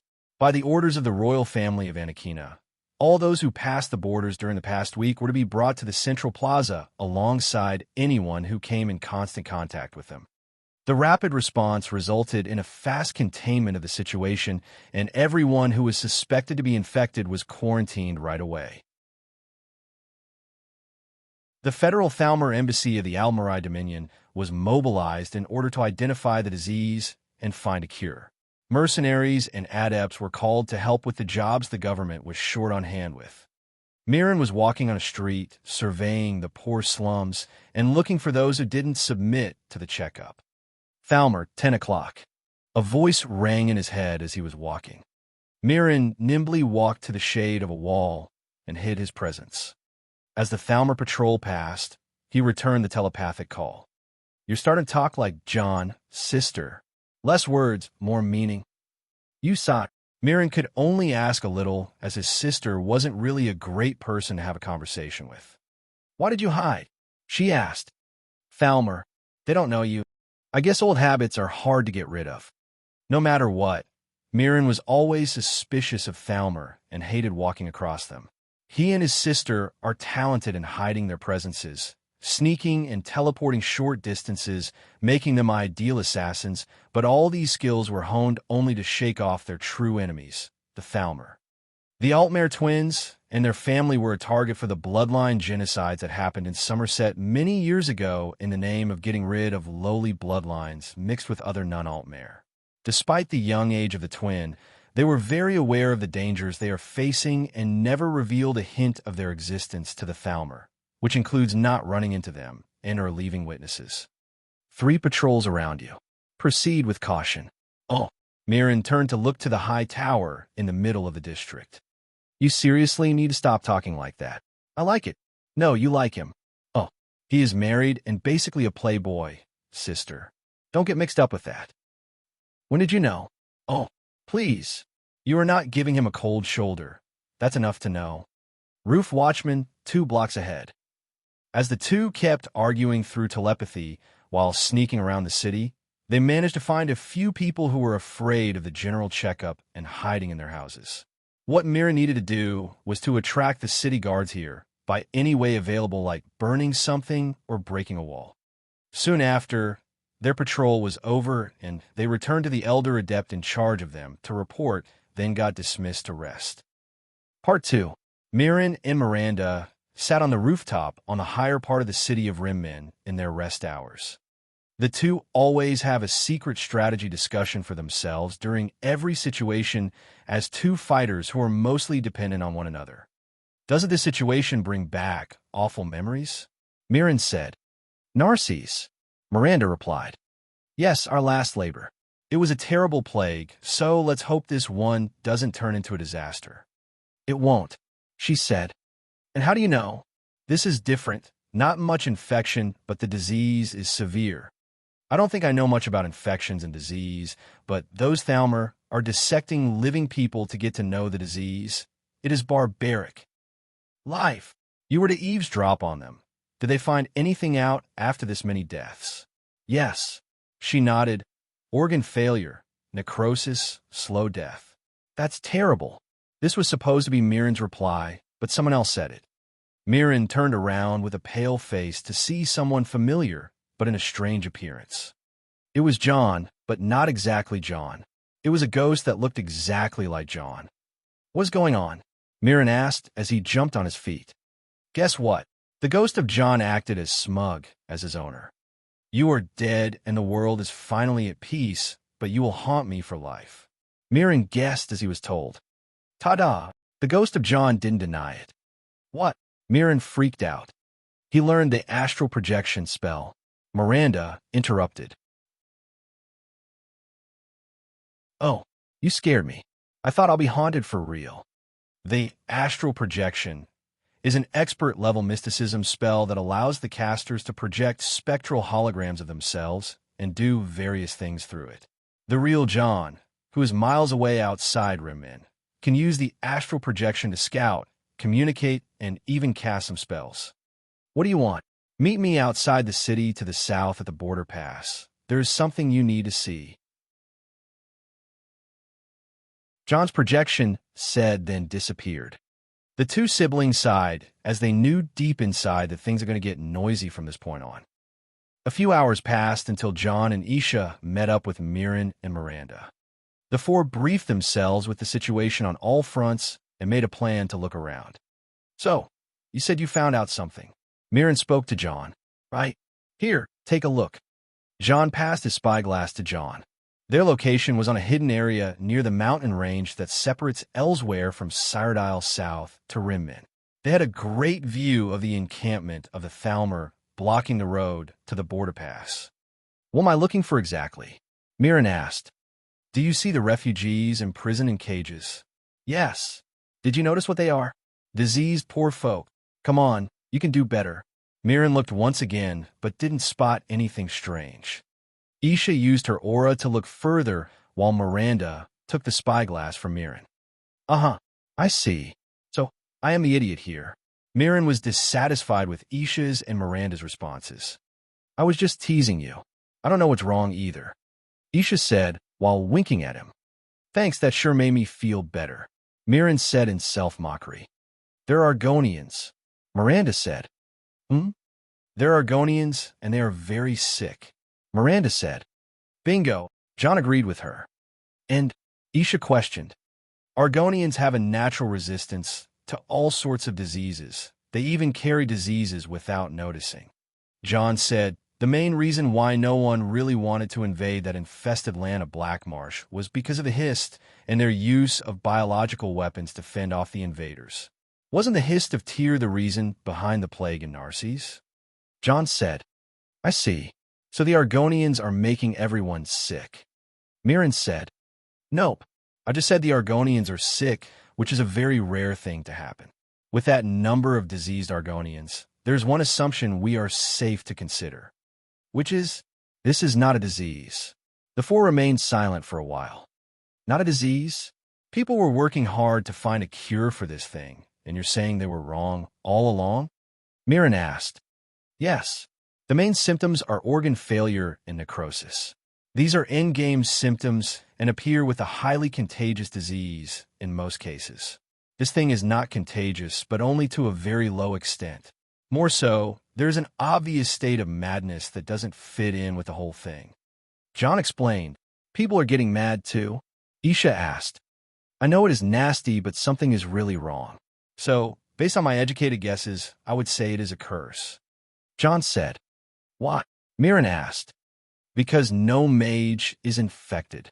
Mages have better resistance to magicka in general." It was Miranda who replied. "Right. I didn't see any infected mages who are supposed to be people with low physical constitution. So that sums everything up? We are up against a curse that can go viral?" Mirren asked for confirmation. "Indeed, and a very weird one at that." The four returned to silence once again. The situation was now more outlined than before. "But a curse can't go viral." Miranda. "Indeed." Isha. "Then how is this happening?" Mirren. "Maybe it was cast with the condition to go viral." Isha. "That's way too advanced. Let alone the skills required to do so. Curses need a medium. If I want a curse to go viral, I would cast on a rune spell to work as a trap and have a better result." John. "And what about the madness?" Miranda. "No idea." John. Let's get our own test subject then. Miranda said, we won't know much this way. To her suggestion, the others started thinking about it. Okay, John agreed. You are considering this? Isha was not approving. At least it is something to do. And so they had their Argonian test subject. The 6th of first seed, March, year 200 of the 4th era. I performed a magical examination on the subject. Jamin, 37, male, infected with a mild curse that developed through the innards and the outer limbs. Halting the curse was successful, but reversing it is impossible until the medium is broken. No traces of the magica causing the curse were found, but the subject's mental health is degenerating due to unknown reasons as the brain is intact as far as I can tell. Record over. John finished his examination on a victim and turned around. That was brutal. Isha, stone cold. Mirren, sexy. Miranda, what? Mirren, I like the systematic way. Miranda, that was a lie.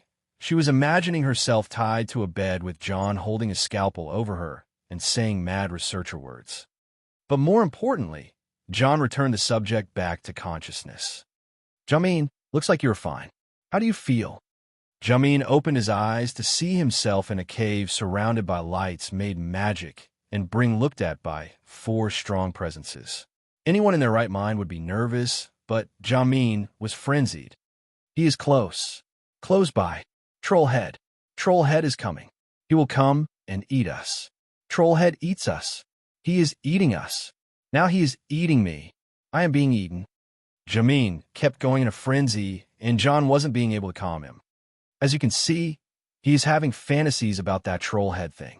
This madness is not natural. John said, meaning, according to what I know, the madness that gives such a deep insight is not some mental failure. They were driven mad, but that is not a part of the curse. Whoever it is, he is my uncle's favorite errand boy. Oh, please, don't remind me. Isha said as she massaged her head. Trollhead. He is eating. I am eating. No, being eaten. I'm scared. Mommy, help me. Help. Seeing an adult cry for help in such a desperate situation, even John felt sympathy for the Argonian. The curse and that madness are making each other worse. Hey, Jamin, when did Trollhead find you for the first time? John asked. Trollhead? You know him? You're his friend? Please, I'll tell you all I know. After a few attempts of making heads and tails of what the Argonian was saying, John came to the conclusion that Trollhead is the person who cast the curse. The purpose is unknown, but the suffering is real here. There are also more details. According to Jamin, the Trollhead came out from an old ruin, and wherever he passed, the curse followed. So, it was undead that appeared first in Blackmarsh. Mirren concluded. Or a necromancer. Who knows? John added. The important thing is the whereabouts of the one behind all this, no matter the identity. Isha said, mad people can't answer 2 complicated questions. Miranda said, in this investigation, every step they took was hindered by more mystery and would take too long to figure out what to do next. But John had the right idea on what to do next. If you want to understand a madman, you need a madman who can understand madmen. John said. John stuffed his hand into the cube and recovered something. He did, so then ran to the forest beside the cave they stayed and followed by his companions. What are you doing? Mirren asked. He is here. Watch but never learn. John replied as he looked with excitement around the forest. What he held in his hands were yarn rolls with various colors.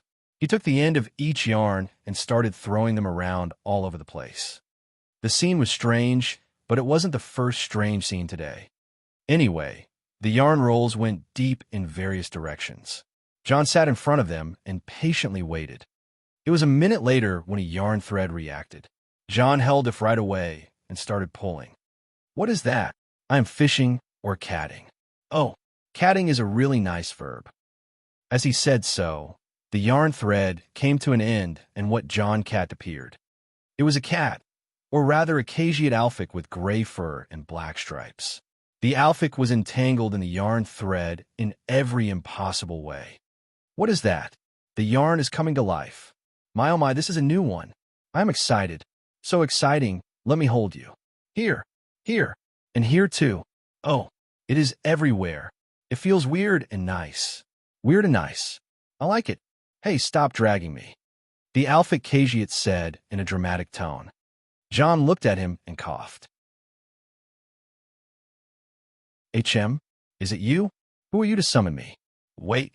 The cat looked at John with curious eyes. Aren't you this mortal? My mortal. Wait, what are you doing? John walked forward and held the cat up from its fire like a little cub. Hey, what the fluff? Put me down at once. The Alphic became annoyed all of a sudden. Hey, I said put me down. This is when I should smite you. Give you a serious smiting. Completely smitten. You know that move, don't you? The third move of the Meogestic Paw art, Mighty Paw Smite. The Cagiate started throwing a tantrum while waving his paws, but not reaching John. John sighed before calling the man. What's up, Uncle Shio? P4TRE0 in goal. 5 extra / next. 6. Pat Rayon. com/Eldoke Measy. Remove. PayPal plus $10 equals extra. PayPal.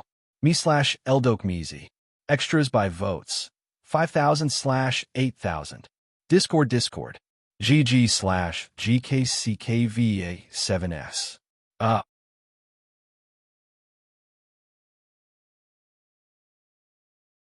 Chapter 453, Dealing with Sheogorath.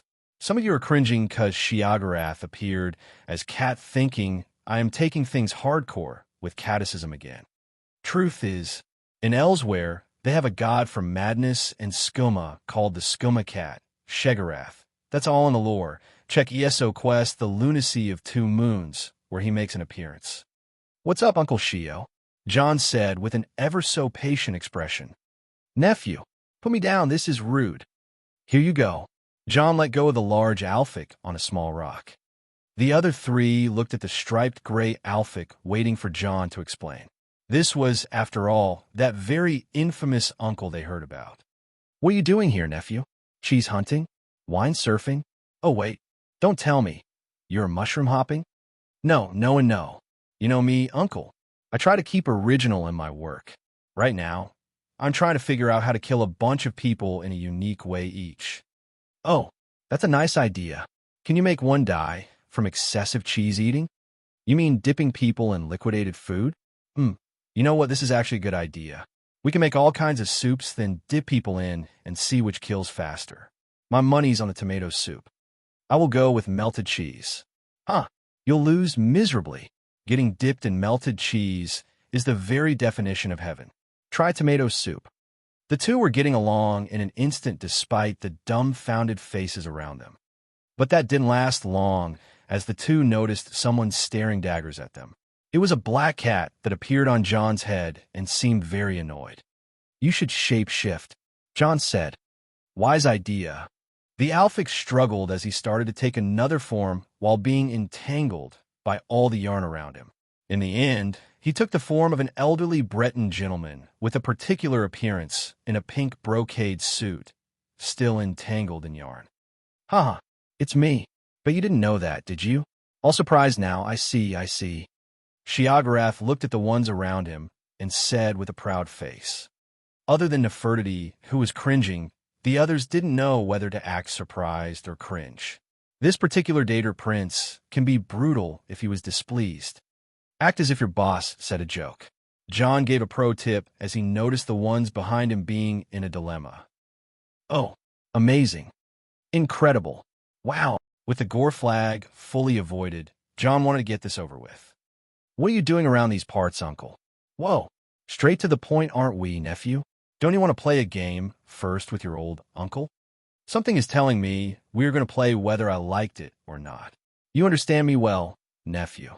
And with many lives at stake, you really understand me. Here's how it goes. I'll go catch some mortal playthings and throw them in the air. You must shoot them before they drop dead, or you'll lose. Sheogorath said, Nope. You can throw people all the way to Daggerfall for all that you care about. It won't be fair. You want a Daedric prince to play fair. I want to play fair, because if you don't play fair, I won't play at all. Good luck tossing mortals around on your own. I'll go toss mortals with my friends someplace else. Okay. How about this one? A music contest with mortal corpses. Says the man who discovered music by using some woman's vocal cords. Fighting contest. Says the man who won against the fiercest beast person made by a little chick. Sparrow. You know him? He became a large rock later on, but that's not in the story. Fine. What about a nightmare contest? Both you and I know that you wiped the floor with Vermina last time you two played that. Catapult racing. Too high. Tunnel spooning. Too low. Dragon riding. Too early. Dwemer hide and seek. Too late. Playing a prank on Molag. Already did that. Playing a prank on Dagon. Did that as well. You played a prank on Dagon. I blackmailed him with a scene from your memories when the avatar of Akatosh whipped his Daedric ass. Seriously? How did you get that? Wait, was it censored? Is there uncensored? A Daedric prince as tall as a tower walking in the streets of the imperial city, mostly naked? Huh. Of course there is uncensored. His Daedric dong was all over the place. No way. Yes way. Damn. Must have missed that mod. So, what do you want to play? How about my favorite game of all time? It is called Truth and Dare. Wasn't it or not in? No, that's the sissy version.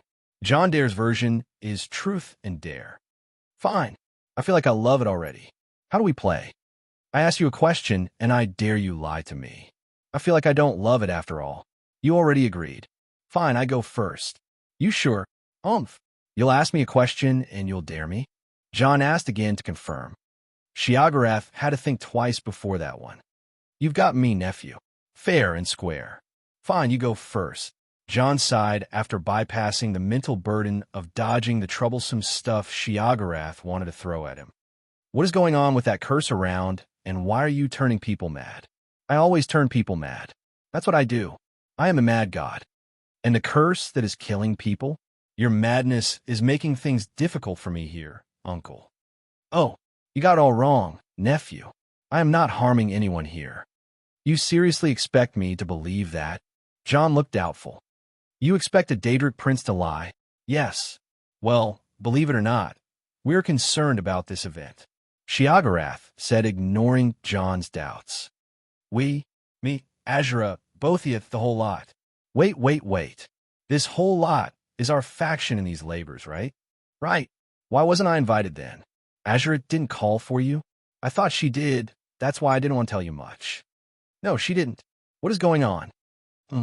You see, nephew, you are basically the last labor on our side with still one more task to perform. I know, and the other faction still has one laborer too, other than the ones you have already killed. Why is this the first time I hear of that? Because we weren't sure about the identity of the laborer you are up against, and we still don't know. You're serious now? Dead serious? Or is it Deidre serious? No, dead serious. As serious as a bunch of cheese rolls rolling down on a hill with me tied up on its foot. That's as far as serious goes in my book. Great. So, what do you know of that laborer? Not much. Only that he just received his labor artifact and passed through this place.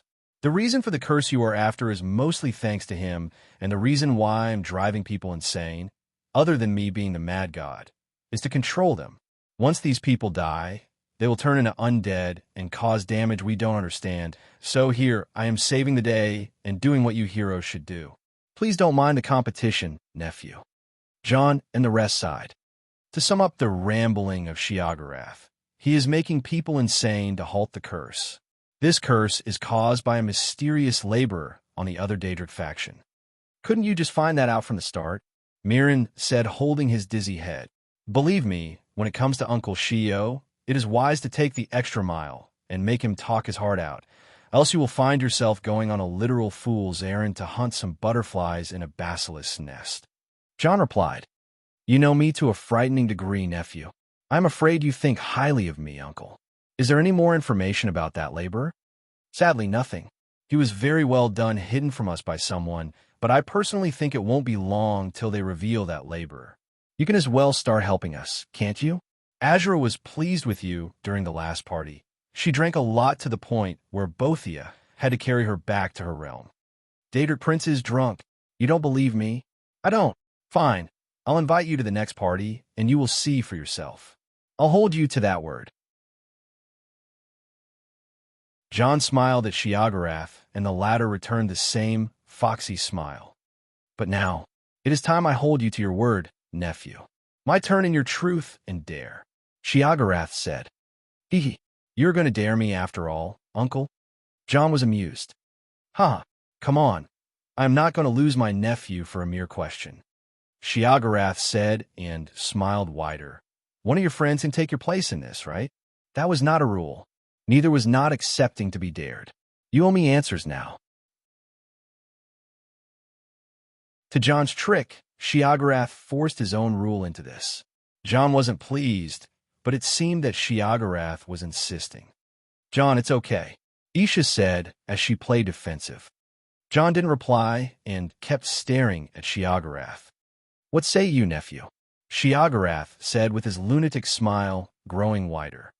John tilted his head, looking at Sheogorath, then he smiled calmly.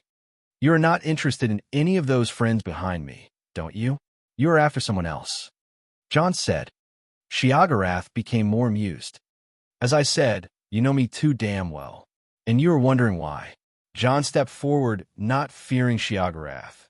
You just don't understand how I understand you well, so you want to know how I shield my mind from your effect. Am I right? It now seemed to the others that Sheogorath and John were playing on a whole new arena. You want to know, right? John asked. If there is no harm. Sheogorath replied. What if there's harm? What if? I see. What do you know? Not much other than what the others know. It hurts to be family and know little about each other. Fine, you will meet him, John said as he called Greed out of the cube. Sheogorath narrowed his eyes as he followed John's actions carefully. John then called. Shadow, someone wants to meet you.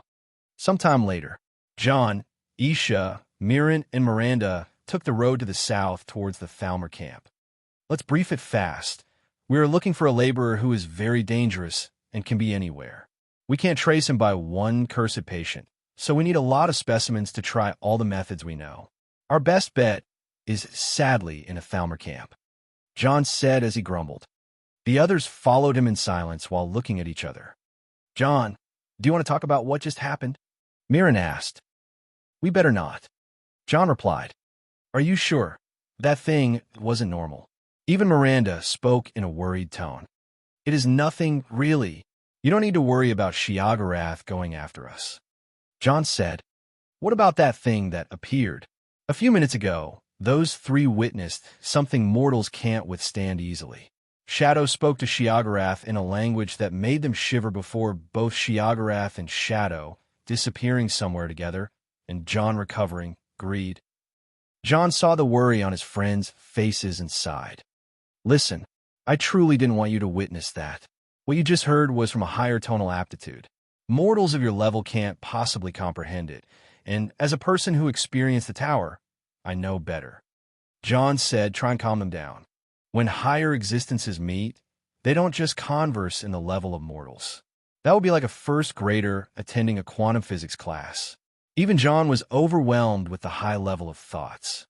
He just couldn't put his hand on how Sheogorath figured out Shadow's existence, but Shadow seemed okay with it. It is just impossible to unthink of all that. Miranda said, when someone hears words they know, but in a manner they don't get, they're normally confused. Take that to the level of deities and compare to the level of mere mortals, it gets really hard to unthink it. Those who are powerful enough to withstand such an encounter will see through some mysteries of the mysteries of royalty, but those who don't may get traumatized. Listen, I'll explain things to you later as your training goes to the level of establishing the foundations of a peak physical body. Once you start forming a spirit spark like me, you'll be strong enough. Right now you may get traumatized and later would cause your ascendance in the Chim to be affected negatively. John said, what on earth are you rambling about? Mirren asked. What does the Chim has to do with this? Isha asked. Ascending the Tower of Chim is my ultimate goal. Guiding my family through the Chim with me is also part of that goal. You guys are family to me, and I am not leaving you behind, John said. But we never really thought of climbing the Tower of Chim. Miranda said, sorry to drop the bomb on you, but that's something you get as a part of the DARE package. John said as he stopped walking and looked back at his team, I know it is overwhelming to drag you into this. If you don't want to do something, I am not pushing you to it. I just want you to have my back as long as we are in this. Something is telling me that my 7th labor is around the corner soon. Fuck it. Just tell us what to do. Mirren sighed and said so. Right now, I want you to forget what you just saw. Any further thinking about it will cause you to get more confused. I will explain it all once the time comes. John said, fine. Mirren said, I'm good. Isha said. Miranda nodded. Fine. Now to the matter at hand. There is a Thalmor camp we are about to walk in. Any method to walk in there without killing every high elf we see? John asked. Offended, but yes. Mirren said, there is a moon bishop leading the first aid operation from our Starhaven temple. Her name is Zara, and she is an Ohmsrot. Oh, never seen one before. Ohmsrot are a Khajiit furstock that resembles humans and elves the most. They walk on their heels and have tails and light fur. They also paint their faces to appear more Khajiit. So we have a contact in. How do we enter? Isha asked. We can disguise as adepts. Mirren said. Not enough. Miranda refuted. Actually, it is. John said as he took out his stock of transformation potions. Ladies, time to let your inner fluff out. P4 tray 0N. Goal. 5 extra / next. 6. Pat Rayon. com/Eldokmizi. Remove. PayPal plus $10 equals extra. PayPal. me/Eldokmizi. Extras by votes. 5,000 / 8,000. Discord. GG/GKCKVA7S.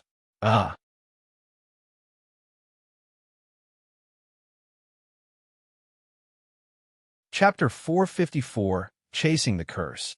It has been a week since the appearance of the mysterious disease on the eastern border area with Cyrodiil from, and things were looking bleak in the first response camp that was established by the Federal Thalmor Authority. Even if it was called the Thalmor Camp, it was actually the place where every authority has gathered its best first responders to contain the disease. The royal family of Anakina, the Moon Priesthood, and the Thalmor. The Thalmor's name may be associated with every evil there is outside the Almarai Dominion territory, but inside it, they are not that bad to their citizens. Surely the High Elves have a thing for looking down on other races, and they treat both the Khajiit and the Wood Elves terribly, but it is still a far cry compared to the other races. That's why the treatment of the High Elves, Wood Elves, and Khajiit in the first response camp was clearly much better than the treatment other races took. For example, those 3 races were housed in tents and under sheds while other races were thrown outside scattered across the camp under heavy surveillance. To make things worse, the orcs were put in cages to keep them from acting violently. This was all done by the order of the Thalmor Justiciar supervising the campsite, Lady Winlin. On the other hand, some of the Moon Priests were upset about the unfair treatment and the practices of Lady Winlin as she dissected many living and dead for the sake of finding out the nature of the disease. For that reason and many others, an argument broke out between Moon Bishop Zura and Justiciar Winlin about how to contain the situation. It comes without a warning. We are not aware of the reasons behind the infection, as there is no notable anomaly in any inner organs. The lungs, the heart, the liver, they all work perfectly until the disease strikes, then everything starts to fail. On the outside, necrosis starts to happen after a number of days, especially without movement. What is more interesting is the ones who develop mental issues. They are resisting the disease more than the ones who are sane. I'm not sure psychology has anything to do with it, but this disease is clearly not normal. That is why we need more subjects for our studies. Justiciar Winland said. Absolutely not. Zara can be tolerant if your so-called subjects are the deceased ones, but the living need treatment, not research. Moon Bishop Zara replied. I am sorry, Moon Bishop, but I wasn't asking for your consent on this. The Thalmor have full authority to operate in this camp. and we expect your cooperation and assistance. This disease is a threat, and we will take the extra mile to find out what is the reason behind it, even if we had to get our hands dirty. How dare you, Justiciar? Is that a threat? Did anyone just say dare? A concerned, red-furred Cagiate butted in the conversation, but was pulled away by his colleagues. Moon Bishop, this campsite is under my supervision, and I run things around here. Hindering me is hindering a formal Thalmor investigation, because that's what it is. If you don't want to receive a Thalmor court notice and be removed from my campsite by force, then I suggest you do cooperate. The argument ended as Lady Winland stormed her way in the care facility Moon Bishop Zura was working on and arrested a few foreigners. Moon Bishop Zura and her helpers were pushed outside from the place as the Thalmor took over. Frustrated, Moon Bishop Zura kept walking back and forth while sending the adepts and the moon priests around her on various errands. It was then when she was approached by some adepts who seemed out of place. Those Thalmor are brutal. No wonder they are being hunted by the Nords in Skyrim. The Cagiate from a while ago said. The Moon Bishop looked at the large Cagiate, not knowing what to do or say. She just wanted to vent her anger on something, so she just kept going back and forth as she replied. They don't listen. Those people are being tortured, and the Justiciars only want to gain personal glory by harvesting people's organs for research. This is infuriating. Zara cannot accept this any longer, she said as she was biting on her claws. Despite being an Ohmsrod, Zara was the right mix between a Cagiate and a human, having both the right amount of fur and cat-human features. She had green eyes, white body fur with dark fur over her face, hands, feet, and tail. Basically a Siamese Cagiate. And please don't imagine the Ohms to be like those abominations of Taylor Swift's movie cats. This pic may do some justice. https://ibb.co/TWBBPMM. Should we blast those Thalmor away, Moon Bishop? The adept asked again. Haha. Zara laughed in self-mockery and looked at the adept. Thank you, adept, but let's not get ourselves into trouble. We are here to solve problems, not start ones. Zara said as she looked over to her helps only to find them too busy to task them with anything more. She sighed, then looked at the adepts she doesn't know about. Adepts, which temple are you from? She asked. Star Haven. Oh, Zara doesn't know you. Are you perhaps outer adepts? Indeed, but all outer adepts would help out in Rim Inn. What brings you here? Excuse us, Moon Bishop, but the situation in Rim Inn is stable without any hitch. As the number 1 outer adept, this one was sent here to see if someone needs any help. Jonia said, Oh, Zara understands. We have a lot of tasks on hand. You and your friends are really welcome to help as long as you know what are you doing. Yes, Moon Bishop, we will be of help. Zara is pleased. Please, go help with the back area and transfer more patients to the vacant places left by the ones the Thalmor took. Something tells Zara they won't be needing it anymore. She said as the last part was in a more depressed tone. Yes, Adept Jonia said, but he didn't move. Zara looked at him, questioning if he still has something to say. Moon Bishop, excuse Jonia for saying this, but are you sure about the disease we are facing here? Jonia asked. What do you mean? This disease, can it be a curse or something? A curse? By the moons. No, it can't be such a scary thing. Those superstitious thoughts are by no means logical. Also, curses can go viral. Zara dismissed Jonia's suggestion. Jonia narrowed his eyes and scratched his furry chin. Is that so? Jonia can swear that his blessed amulet reacted when he came near a very ill man. Jonia said, slyly, acting all sad. He looked with half an eye at Zara, who reacted with a surprised face to Jonia's claims. Blessed amulet? You have such a thing on you? Did it really react? Zara asked with a serious face. No, it is nothing. Jonia is sorry. I will go to my task. Wait here. Show me that blessed amulet and the reaction it made. Zara commanded. Moon Bishop, don't talk loudly, please. This may cause me trouble. Jonia said, acting all careful and afraid. What is wrong? Zara asked. It is just, if those Thalmers saw my amulet, they will arrest me, Jonia said with a fearful face. Oh, is that so? Fine, follow me, Zara said, leading Jonia and the other 3 female adepts following him to a rural area in the camp. The area had some ill people who seemed to be in an advanced state of the curse and mostly unconscious. John could finally feel the power of the curse in such a hazardous area. Show me your blessed amulet, adept, Zara said. Yes. Jonia recovered an amulet from his pocket and showed it to Zara. As soon as she saw it, her eyes widened and she pushed Jonia's hand to his pocket. What is this? You can't show that around. Zara freaked out. After all, it was that amulet, the greater amulet of Talos, that was passed down to Jonia, or rather John, by Hilda. How do you have that? Do you want the Thalmer to execute you? Zara said in a scolding tone. This one is sorry, Moon Bishop. Jonia may not look like it, but Jonia is a collector. Jonia has many divine amulets and some artifacts, but this one is really valuable as it is the first in my collection. Jonia said. It was true. The first valuable thing John ever possessed was this blessed amulet and the ring Nurina gave to him. More to that, Zara could tell how powerful the amulet was from just a glance. Fine, show Zara the reaction, then hide that amulet away. John nodded and took out the amulet near a patient. As divine artifacts, blessed amulet would react to the evil energy as a warning sign for its holder. And it did react. The amulet of Talos started vibrating left and right in John's hands. Moons! Is this really a curse? How could I not tell? Moon Bishop Zara was dumbfounded as she learned the truth.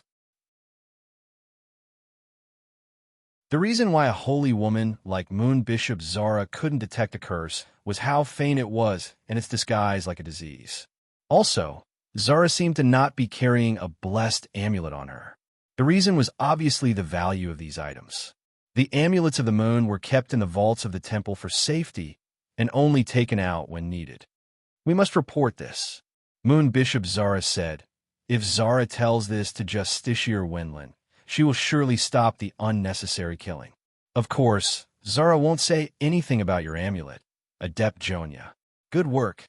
Moon Bishop Zara started running back towards the camp, leaving John and the other 3 behind. Won't you stop here? Said a gray cafe who was actually Isha. Why would I? I can see this going totally wrong from a mile away. Also, she will have no choice but to turn to us once she is rejected. John said, You are merciless, man. Why involve this Moon Bishop girl with us from the start? Asked the tabby Suthay, who was actually Mirren. She could do a ritual I can't do. John said, Fine, let's follow her just in case things go wrong. Mirren said, and Isha followed him. John watched them go and looked at the 4th person in their group. It was Miranda, who was disguised as a tricolored Cageot. John approached her and raised her chin with a finger. Girl, purr for me one more time. Purr. Hee hee hee.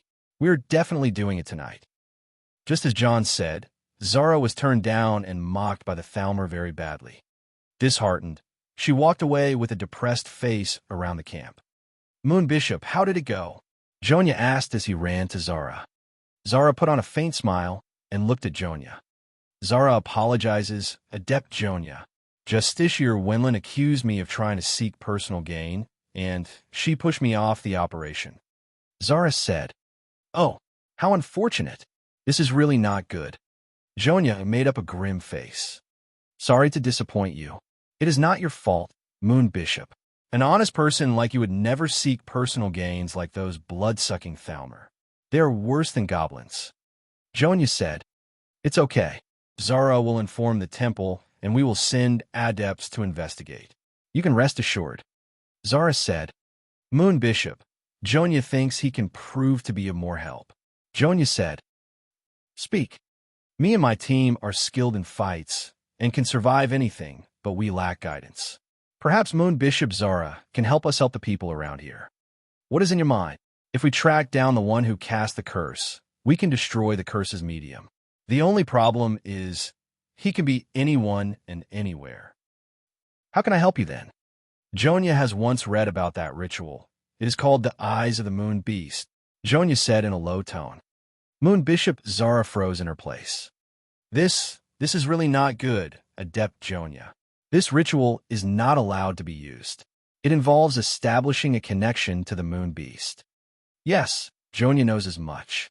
Thankfully, the Star Haven Temple puts the warning before the spell.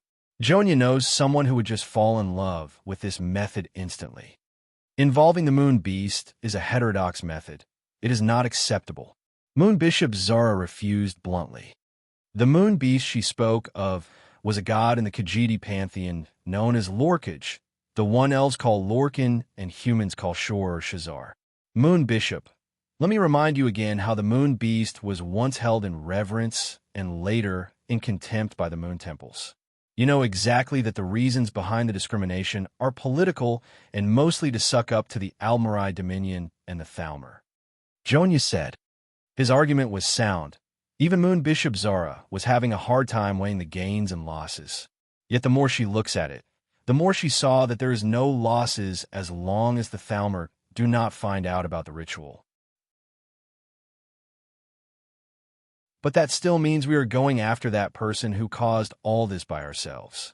Zara said, and Jonya told you we are good. Jonya assured her. Zara sighed and nodded.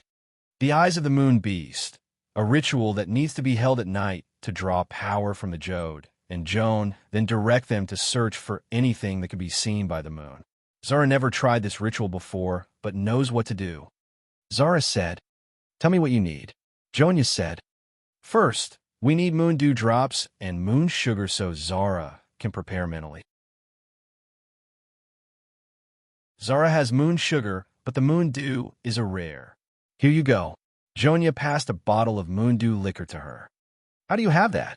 It was in a Thalmor tent, that big one that belongs to the Justiciar. Somehow, this bottle slipped by itself into Jonya's pocket. Weird, right? Looks like you are blessed by Rajan. Rajan equals Khajiit thief deity. Every day and twice at weekends. This is good. The campsite here has sufficient curse magicka. We will contact the moons here and move on to the next half of the ritual outside the camp. Sounds like a plan. Is there anything more I should prepare? Jonya asked. Something to trap the moon energy. Meteoric glass, check. A high-grade purification substance. Crystal tears, check. Someone with good control over magicka. Me, check. Let's save those people, adepts. 5 Khajiits, except they are actually 1 Khajiit plus 1 Nord plus 1 Red Guard plus 2 Altmare, set out on a noble quest to save the cursed refugees. And the last half of the 7th labor has officially begun. Goal: 5 extra chapters Balloon. Next, 6 extra chapters Party Popper. Pat/Rayon. com/Eldokmizi, remove/. PayPal, plus $10 equals extra. Money with wings. PayPal, me/Eldokmizi. Extras by votes. 5,000/8,000 Balabox with check. Discord. GG/GKCKVA 7S left speech bubble. Twitter at Eldokmizi22 Bird.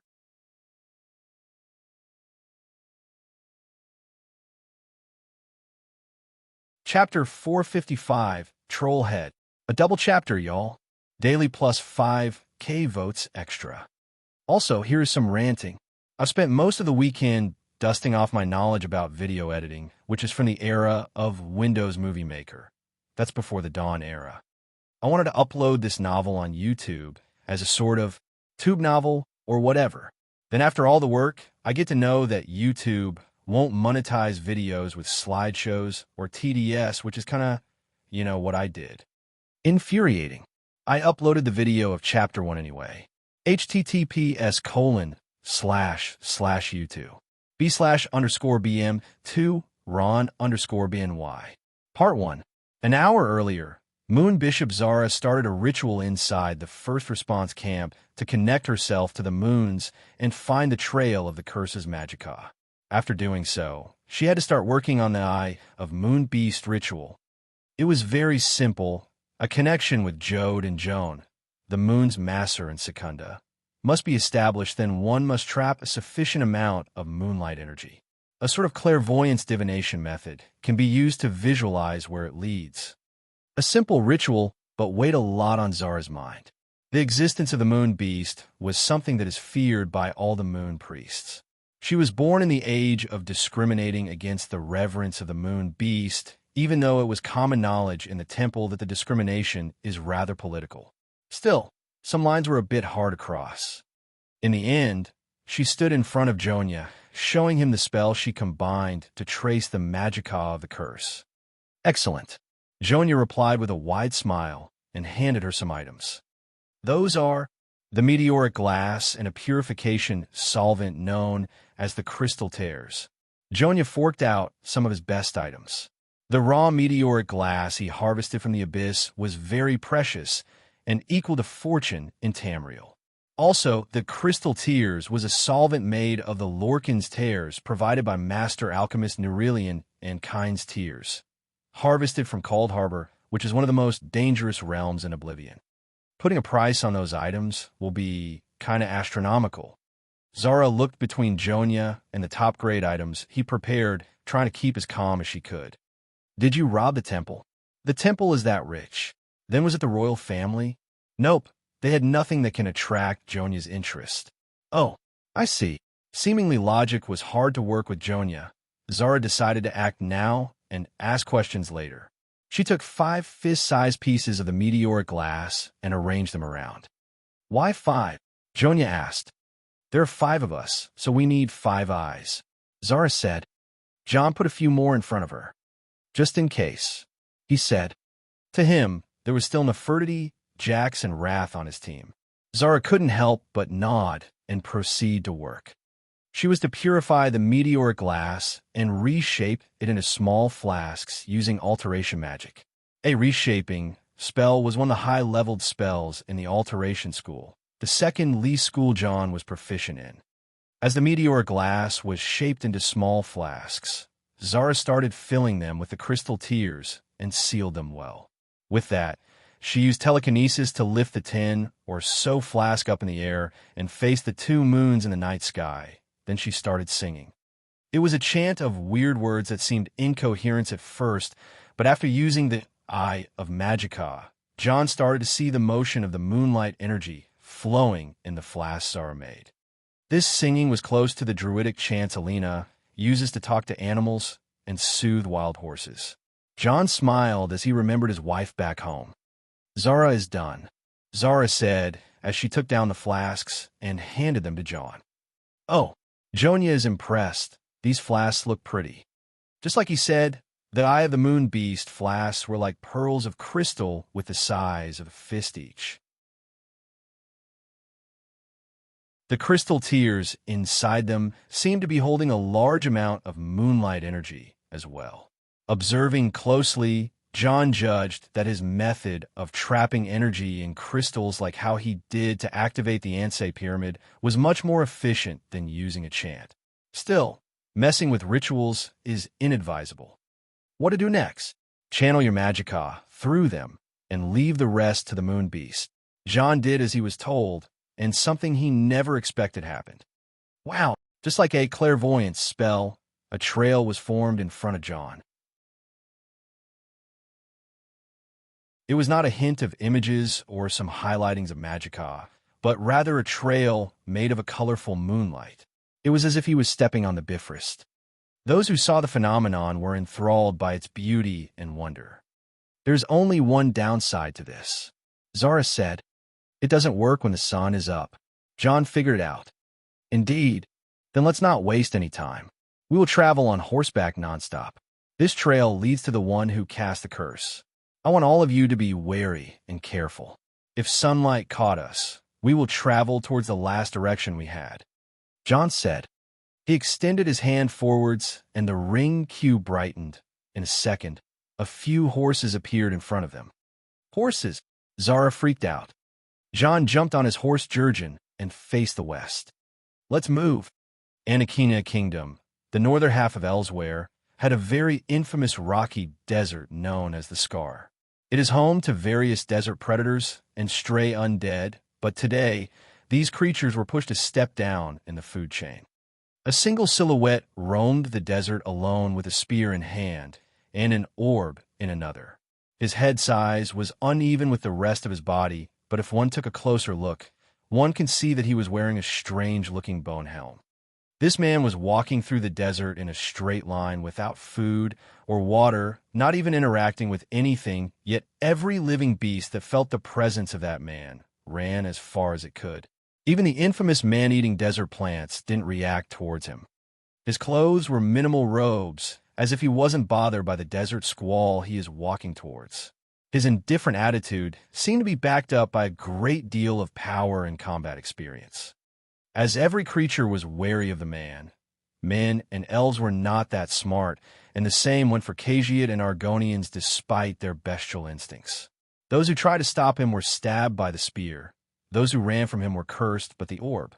Last night, this man walked by a settlement in the scarred desert known as the Stitches. Some guards tried to stop him for questioning, but they were murdered in their place. The guard who survived kept hallucinating about the man, calling him Trollhead. Yet once again, Trollhead was interrupted. Swoosh, swoosh, swoosh. 3 arrows targeted his vital spots with absolute accuracy.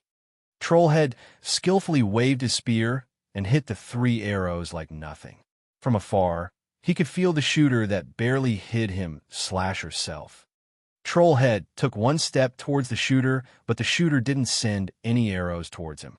He halted his steps, and once he did so, the shooter fired another arrow. Swoosh clink. He easily blocked the arrow. Now that this happened, Trollhead could tell that he was getting lured into a trap. But who is idiot enough to do such a boring trick?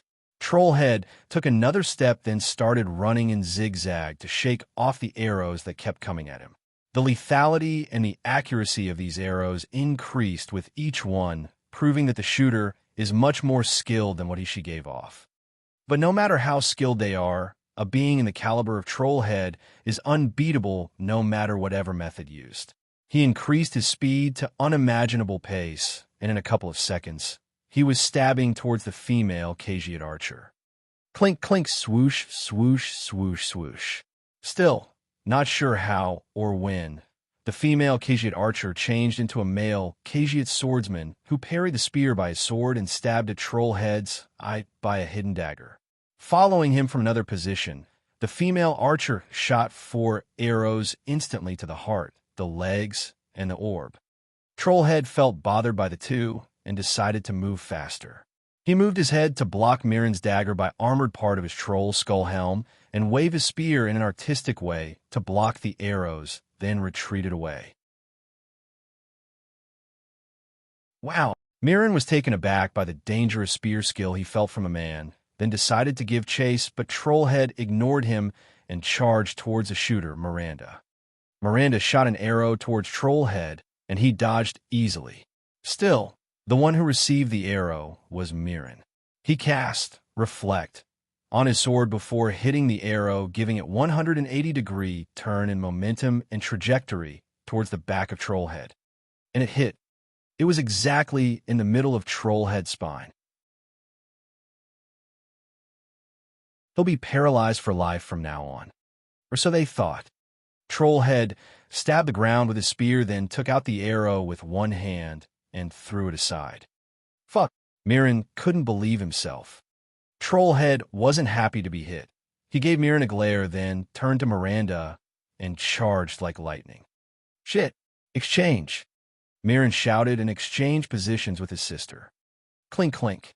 As he appeared in front of Trollhead, he received 2 attacks and barely managed to parry them with his sword, then retreated further as Miranda let loose a volley of exploding arrows towards Trollhead. Trollhead evaded the bombardment like a fish in a narrow river and tried to go after Miranda once again, but every time he gets closer, Mirren exchanges positions with her and fights him in melee. The situation was getting dire for the Altmare twins, who fought nimbly and skillfully. They didn't just use swords and arrows, but also used many of the scrolls John gave them. As the situation was about to escalate for the worse, a lightning strike descended down from the sky. We've arrived. Part 2. 2 days have passed since they went out to search for the perpetrator behind the curse. The tracking process was easy during the first and second nights, but the first day caused the group to go in circles. By the second day, the group decided to split in 4 teams. Mirren and Miranda, Isha and Zara, John and Jax, Nefertiti and Wrath. Safe to say, Zara didn't handle the existence of both Jax and Wrath that well. A minotaur is always seen as a savage beast, while an undead is only friendly around its master, which should always be a necromancer. The story of Wrath being a friendly independent and harmless undead didn't work on someone like Zara. Anyway, the 4 teams spread out to find the one behind the curse and break his magic medium at the very least. Mirren and Miranda found him first, and the 2 assassins had one hell of a fight against him. He was identified as Trollhead, which was fairly sufficient to describe him for his troll skull helm, and the other teams were informed. Due to the immense strength of Trollhead, the Altmare twins, disguised as 2 Khajiit, were in trouble as they confronted him in direct combat. Thankfully, they were not direct fighters, and their assassinating style made Trollhead fight hot on heels.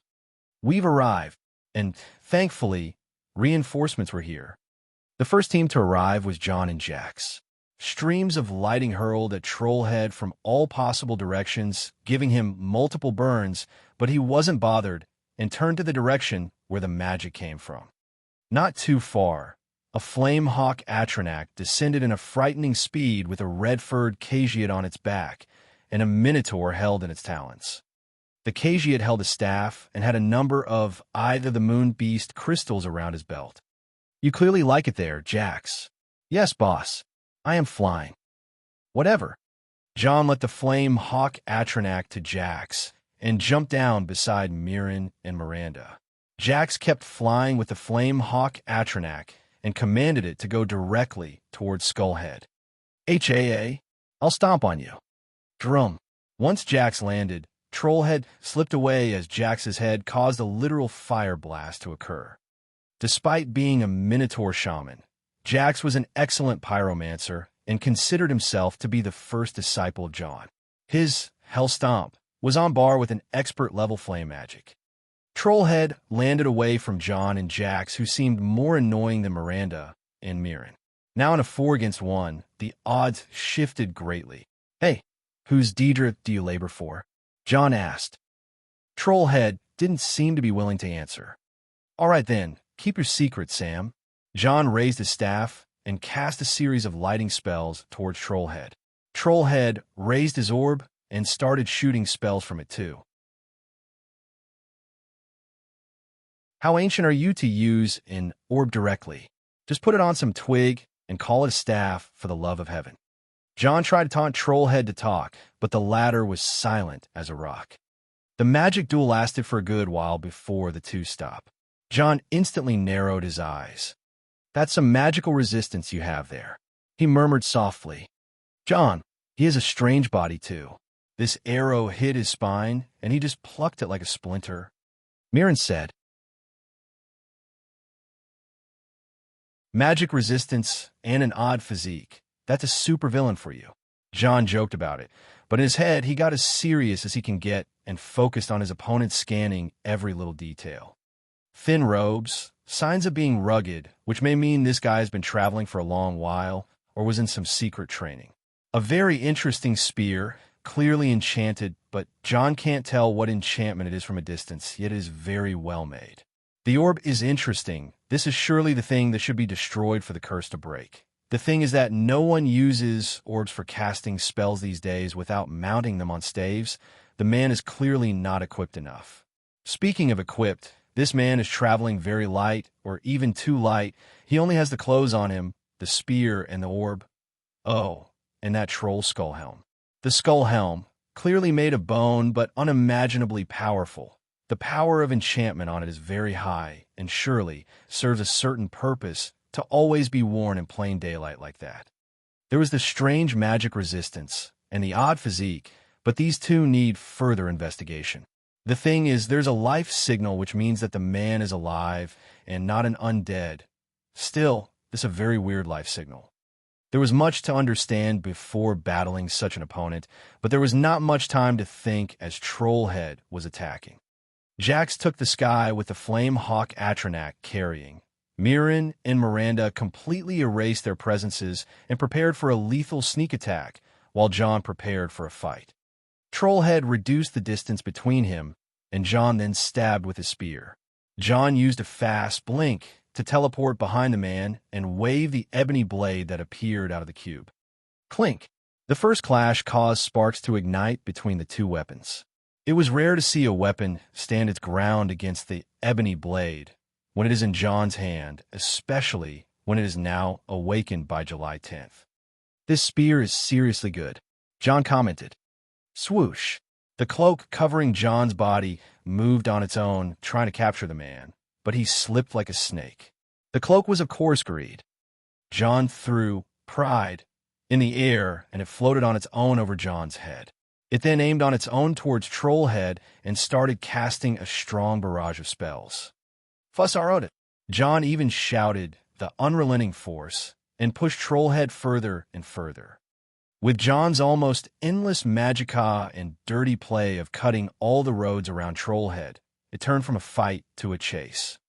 Damn it, this is really messed up. Sis, contact the others and tell them we're changing locations. Mirren spoke to Miranda. She nodded and informed the remaining two teams. John and Trollhead were running while fighting and fighting while running. The chaotic battle was balanced between the two and kept destroying everything in its wake.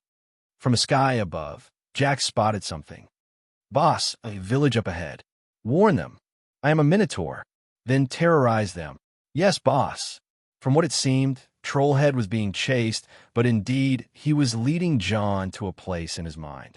John tried his best to bind Trollhead in place, but the latter proved to be a tough nut to crack. This was indeed a troublesome fight, especially when innocents are about to get dragged in the battle. Summoning Atronax and Deidre proved to be useless as Trollhead ripped through them like nothing. A few seconds later, a village appeared down the valley. It was a large settlement with a temple and a large oasis. As Jax was flying above it, they tried to fight him rather than running. Damn it. Mirren, Miranda, teleport over there and lead the people away. They will trust you. He may have spoken to nothingness, but he was sure that the two heard him. It was a minute later when Trollhead ran into the town. Thanks to the Altmare twins, the villagers were already running towards the oasis. John felt a bit relieved and released one powerful spell after the other. Trollhead didn't stop and also matched John's power with his magic. But soon after, Trollhead's true aim was revealed. He was heading towards the village's temples, or rather, its cemetery. Once he stepped near the holy ground, he stopped and turned to John. Awaken! For the first time, Trollhead spoke. Regardless of his annoying hoarse voice, he just said awaken, but cast no spells. Rather, the troll skull helm he was wearing shone brightly, and the land beneath him moved, and so did the dead, turning into undead. No, the honored ancestors, the heroes. An elderly Khajiit came out from the temple, shouting and screaming. Hurry up and hide, old man, John shouted. No, you gotta stop him. The ancestors. I know, damn it. Trollhead's power soared up dramatically as he had undead around him. Rather than keeping them with energy, he was drawing energy from them. But this was completely wrong. He was alive, but only liches can do such a thing. Only the undead can survive on another undead, but this was also a very rare thing to see. The most common example was the Draugrs and the Dragon Priests in Skyrim. Those ancient priests used their follower Draugrs entombed with them to supply energy, but this Trollhead was... John became utterly confused. It was the same thing as a Dragon Priest, but the skill is mostly that of a lich. Wait, the troll skull. It can't be. John instantly realized something, but the situation changed all of a sudden. Human, we are here. Master, Nefertiti and Wrath appeared in an instant. Seeing a large, cinch-like cat and a bone colossus appearing, both the elderly Khajiit and Trollhead were taken aback for a second. Nefertiti, take the man away. Wrath, do your thing. Nefertiti turned into a blur and took the old Khajiit away, while Jax landed behind Trollhead and the Altmare twin emerged from both sides. Wrath took a step forward and Asterisk howl. Star. Wrath screamed. Howl of death, unleashing its effect at the dead around Trollhead. Trollhead had a strange feeling as his control over the undead was interrupted right away. The dead that he raised just now were under Wrath control. They moved to the places they were risen from and collapsed into dust. So, not only are you a laborer, but a member of the worm cult. This troll skull helm, I know what it is. If my guess is correct, the last time it appeared was in Cyrodiil 200 years ago, but it was later sealed by the Mages Guild somewhere to the south. I assume it was in Blackmarsh, and you were sent to recover it as a part of your labors. John spoke. Trollhead didn't reply. I guess I am correct then. Of all things, the Bloodworm helm. To those words, Trollhead was no longer calm. His spear was thrust towards John, and his orb lit up with magic, trying to overtake Wrath. Idiot. Wrath is a part of me. John deflected Trollhead's attack and kicked him away. The two engaged in another fast-paced combat, but this time, things were going by John's terms. Jax harassed Trollhead from above. Miranda took every opportunity to launch an arrow towards his eyes. Mirren would attack from any random place, then return to hiding. Wrath aimed his hand forwards and fired bone segments from his fingers with the power to knock down stone walls. Trollhead retreated towards the oasis while trying to minimize his injuries as much as he could. Nefertiti rushed towards the villagers who were fleeing the town and carried anyone left behind. We've arrived. Finally, Zara and Isha came racing on their horses. Zara jumped off her horse and put both her palms on the ground. The sand under Trollhead moved and his feet were trapped, then more sand came up and wrapped the man. This alteration. Damn. John with strange eyes at Zara, who just showed up and ended the situation. The situation was wrapped up just like that. Well, if a beautiful girl came at the end when everyone is tired and took the credit, it is still more acceptable than a dude. Thanks for the assist. John said. You're welcome, but hurry, break the curse. Zara was more concerned about the curse than glory. Isha walked towards Trollhead with her spear up. The man was entombed standing, but his spear and orb were still visible. Once the orb is broken, wah! Yet all of a sudden, Isha froze. Everyone looked towards her. Mirren and John sped up to her, but they were the first to hear what followed. Impossible. How do you have that? She said with eyes fixed on the spear in the hand of Trollhead. Answer me, she then shouted. Wait, Isha, he is not the talkative type. John said so, but soon he was baffled. Sister, Trollhead said. As if everything stopped functioning, John and Mirren paused with their heads rebooting all of a sudden. Zane. Isha couldn't believe what she'd just heard. The voice may be hoarse, but the accent and the tone belonged to that man, to Zane. I see, you do not have the spear, he said. Hearing those words, Isha and the rest were baffled, but the only one whose head was functioning at high speed was John. He noticed a small tension in Zane's thumb in the hand holding the spear. Shit. John moved in an instant, pulling Isha from the nape of her clothes while waving the ebony blade by the other hand towards the orb. It all happened in a second. Zane stabbed towards Isha's heart. She was pulled back. John counterattacked towards the orb, and a clash sounded. Crack clink. One is the ebony blade, breaking the orb, and the other is the spear grazing John through a gap under the ebony mail. The spear was pulled back with a millimeter worth of blood on its tip, and the blade broke the orb to the half. The sand binding around Zane was broken, and Isha was thrown to Mirren. Wait! Stop it! John shouted to Zane, who was retreating as fast as he could. The orb in Zane's hand was growing so fast, it probably was in the middle of casting some spell, while the magicka was interrupted, causing a deviation to happen.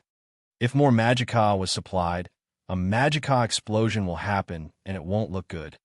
Still, Zane seemed to be aware. His target was self-destruction. No, he was throwing the orb towards John. Son of... John warped the orb by his magicka, and jumped in the middle of the oasis. The orb heat rose up and the glow intensified. John opened his eyes underwater and tried to contain it, but to no avail. The blast was imminent. But what happened next was something more absurd. Magicka tends to attract other Magicka, and nearest items of dense Magicka around John were the Eye of the Moon Beast, crystal flasks, and the belt around his waist, and there was a bunch of them. The rose up near John started absorbing Magicka from both John's soul and the orb. His astral energy was impacted by the sudden drain, and he was not understanding which turn it would take. This was a Magicka anomaly, something chaotic and uncharted. Suddenly, and without introductions, it went out of control. Fuck. Underwater. Kaboom. Goal. 5 extra chapters balloon. Next, 6 extra chapters party popper. Pat/rayon. com/eldokmizi. Remove/. PayPal plus $10 equals extra. Money with wings. PayPal. me/eldokmizi. Extras by votes. 5,000/8,000 Balabox with check. Discord. GG/GKCKVA 7S left speech bubble. Twitter @eldokmizi22 bird.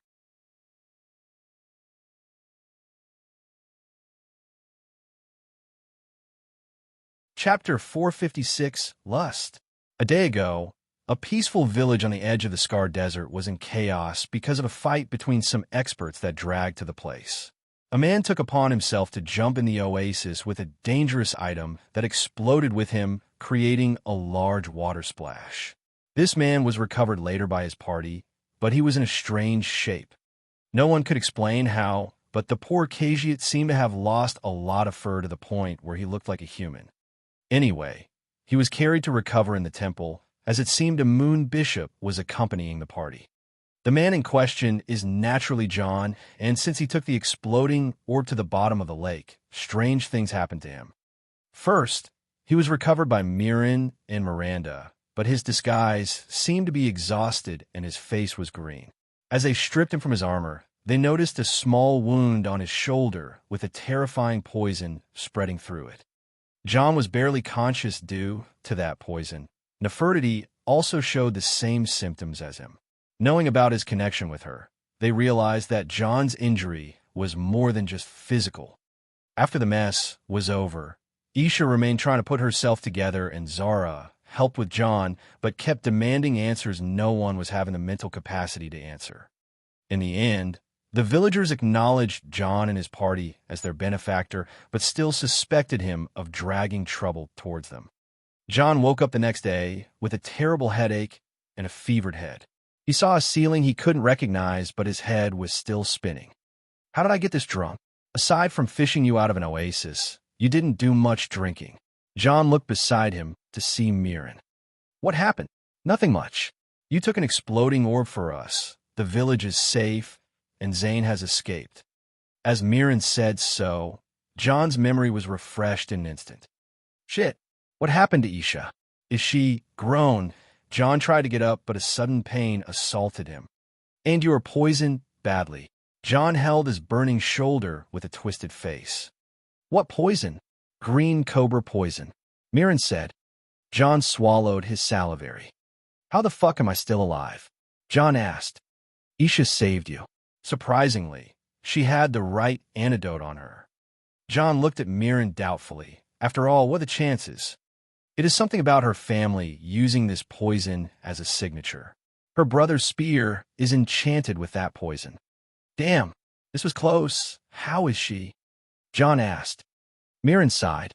She is okay. At least she didn't go into a trauma like last time, but I can't say she is fine. As he said so, the door to the room therein opened, and Zara walked in carrying a tray. Oh, you lived? Finally, Zara will get to hear an explanation. Moon Bishop. John and Mirren froze, but Zara laughed it off. Miranda has already explained it. No need to be tense. Here, Zara made some herbal soup. She put the tray in front of John and looked around. John thanked her and fixed himself up. He felt something strange with his lower half. He was about to pull the cover on him, but Mirren held his hand. Let's not look down there now. Why? Let's just not do it. Mirren said. John looked at him doubtfully, but he pulled the cover from the other side. What the? John's upper half was a human, but the lower half seemed to be still Acaciate. He looked to his legs, then to Mirren several times, demanding an explanation. Zara thinks that the poison has interfered with whatever concoction you used to transform and had some side effects inside you. Zara said, No, this can't be. The transformation potion was made with the best materials by the hands of a master alchemist. There is no way it conflicts with anything. John denied it. He was poisoned many times and used several potions under the effect of the transformation potion, but nothing happened like this before. Then Zara can't explain it. You must search through yourself and figure out what happened, she says, and left the room. John was bewildered as he looked at his legs. Mirren, can you help me up? He said while stretching his hand to Mirren so the latter can pull him. John, your arm. Mirren stepped back. John looked at his arm and his jaw dropped down. His right arm alone was turning to an Argonian form. Okay, this is fucked up. John held his shin, but he felt it was a bit wider than usual. He felt it again and again, discovering two big fangs coming out from his lower jaw. And an orc chin. Perfect. Even the transformation potion wasn't this powerful to transform some parts of the body on its own. Mirren, leave me alone for some time. You got it. Mirren walked out of the room running. John let out a deep sigh and took out a small light screen from the cube. System, show me everything. Is almost equal to, is almost equal to, is almost equal to, is almost equal to, is almost equal to, is almost equal to, is almost equal to, is almost equal to, is almost equal to, is almost equal to, is almost equal to, is almost equal to, is almost equal to, is almost equal to, is almost equal to, is almost equal to, is almost equal to, is almost equal to, is almost equal to, is almost equal to. Status. Name, John Dare. A race, human Nord. Age, 19. Level, early fire dragon heart stage. HP, 4235. MP, 4429. Condition, negative. Poison. Chaotic metamorphosis. Is almost equal to, is almost equal to, is almost equal to, is almost equal to, is almost equal to, is almost equal to, is almost equal to, is almost equal to, is almost equal to, is almost equal to, is almost equal to, is almost equal to, is almost equal to, is almost equal to, is almost equal to, is almost equal to, is almost equal to, is almost equal to, is almost equal to. Magic. Mysticism. Master. Destruction. Expert. Conjuration. Expert. Restoration. Adept. Alteration. Adept. Illusion. Adept. Battle spirit. Advanced. Thursday 65 words. Is almost equal to, is almost equal to, is almost equal to, is almost equal to, is almost equal to, is almost equal to, is almost equal to, is almost equal to, is almost equal to, is almost equal to, is almost equal to, is almost equal to, is almost equal to, is almost equal to, is almost equal to, is almost equal to, is almost equal to, is almost equal to, is almost equal to, is almost equal to. Powers. Nord. Battle cry. Active. 50% frost resistance. Firemane. Fireborn. 50% fire resistance. Titanborn. Beastmaster. Astral access. Vitality and Magicka equilibrium. Eternal flesh. Disease immunity. Serpent stars. Serpent tyranny. All constellation compatibility. Ozidal's genius. Ozidal's enchanting knowledge. Is almost equal to, is almost equal to, is almost equal to, is almost equal to, is almost equal to, is almost equal to, is almost equal to, is almost equal to, is almost equal to, is almost equal to, is almost equal to, is almost equal to, is almost equal to, is almost equal to, is almost equal to, is almost equal to, is almost equal to, is almost equal to, is almost equal to, is almost equal to. Blessings. Allmaker. Root of power. 2500% Magicka regeneration active. Talos. Fortify Thursday 50% cooldown. Kind. Empower Thursdayum. Dragon Guardian. Dragon Affinity. Ashen Flames, active. Shiagarath. Mad Champion. 2500% Vitality Regen, active. Hermias Mora. Bardic Knowledge, active. Azura. Dawn's Beauty. 50% Absorb Magic Attacks, active. The Shadow Stone. Hide in Shadows. Blur. Is almost equal to, is almost equal to, is almost equal to, is almost equal to, is almost equal to, is almost equal to, is almost equal to, is almost equal to, is almost equal to, is almost equal to, is almost equal to, is almost equal to, is almost equal to, is almost equal to, is almost equal to, is almost equal to, is almost equal to, is almost equal to, is almost equal to, is almost equal to. It has been 9 months, and my progress is this slow? Let's see the effects. Poisoned and chaotic metamorphosis? What's that? Scanning. Next time, do the homework before I ask for it. Result found. The host is inhabited by an unidentified entity. Inhabited? Am I being possessed, like The Conjuring and Annabelle? Analyzing the entity, 12%, 45%, 79%, 100%. Result. Entity is composed of 100% matter and 100% magicka. Energy signature matches the host's by 100%. What is this crap? System, are you okay? John didn't know whether to laugh or cry, but he suddenly paused. 100% energy, 100% matter. A bearing made of energy and matter at the same time. There's only one being that has that weird combination, and that is greed, a shadow ether made of a shadow anomaly that was hammered with John's energy by force till it submitted to him. In other words, this entity inhabiting John have the same qualities as the ether. But a matched energy signature only means one thing. What kind of absurdity did I create this time? John realized that he won't be able to pull out this thing without identifying it. To do so, he needed to meditate and scan himself manually. Sigh. Here we go again. Outside the room where John was, several figures gathered under some shed. Moon Bishop, we are sorry once again for keeping our identities a secret from you. Mirren said, It's okay. Zara knows you have good intentions at heart, but you must report to your master. Zara dismissed his worries.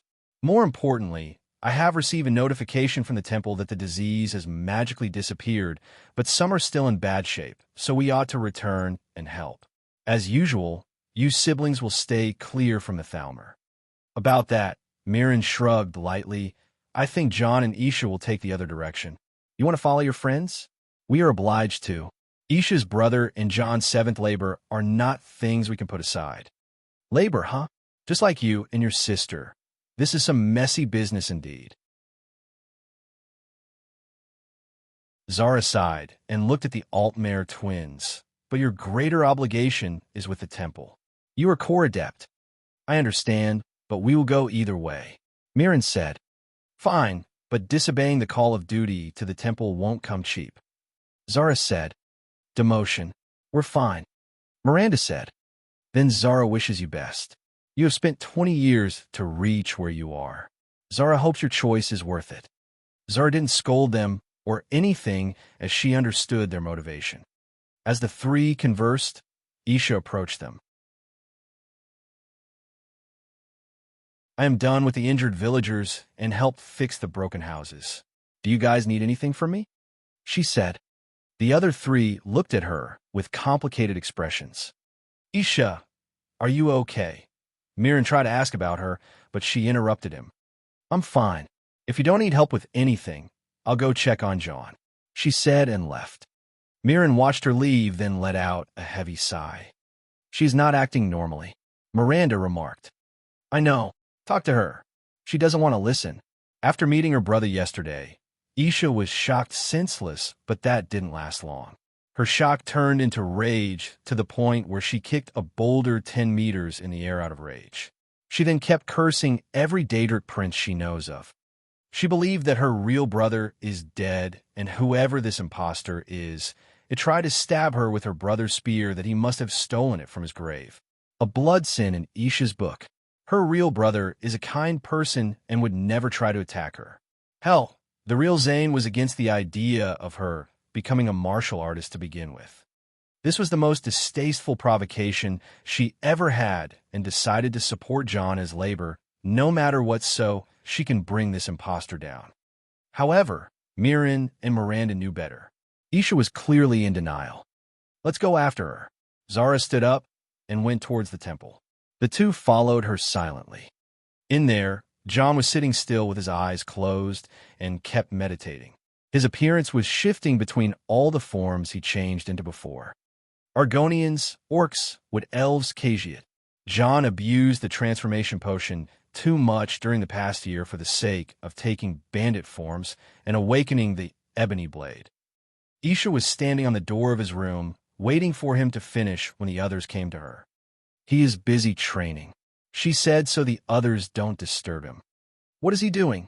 Zara asked. John has mastered the art of inner control. He can detect where the poison is, isolate it, and stop it from spreading, then force it out.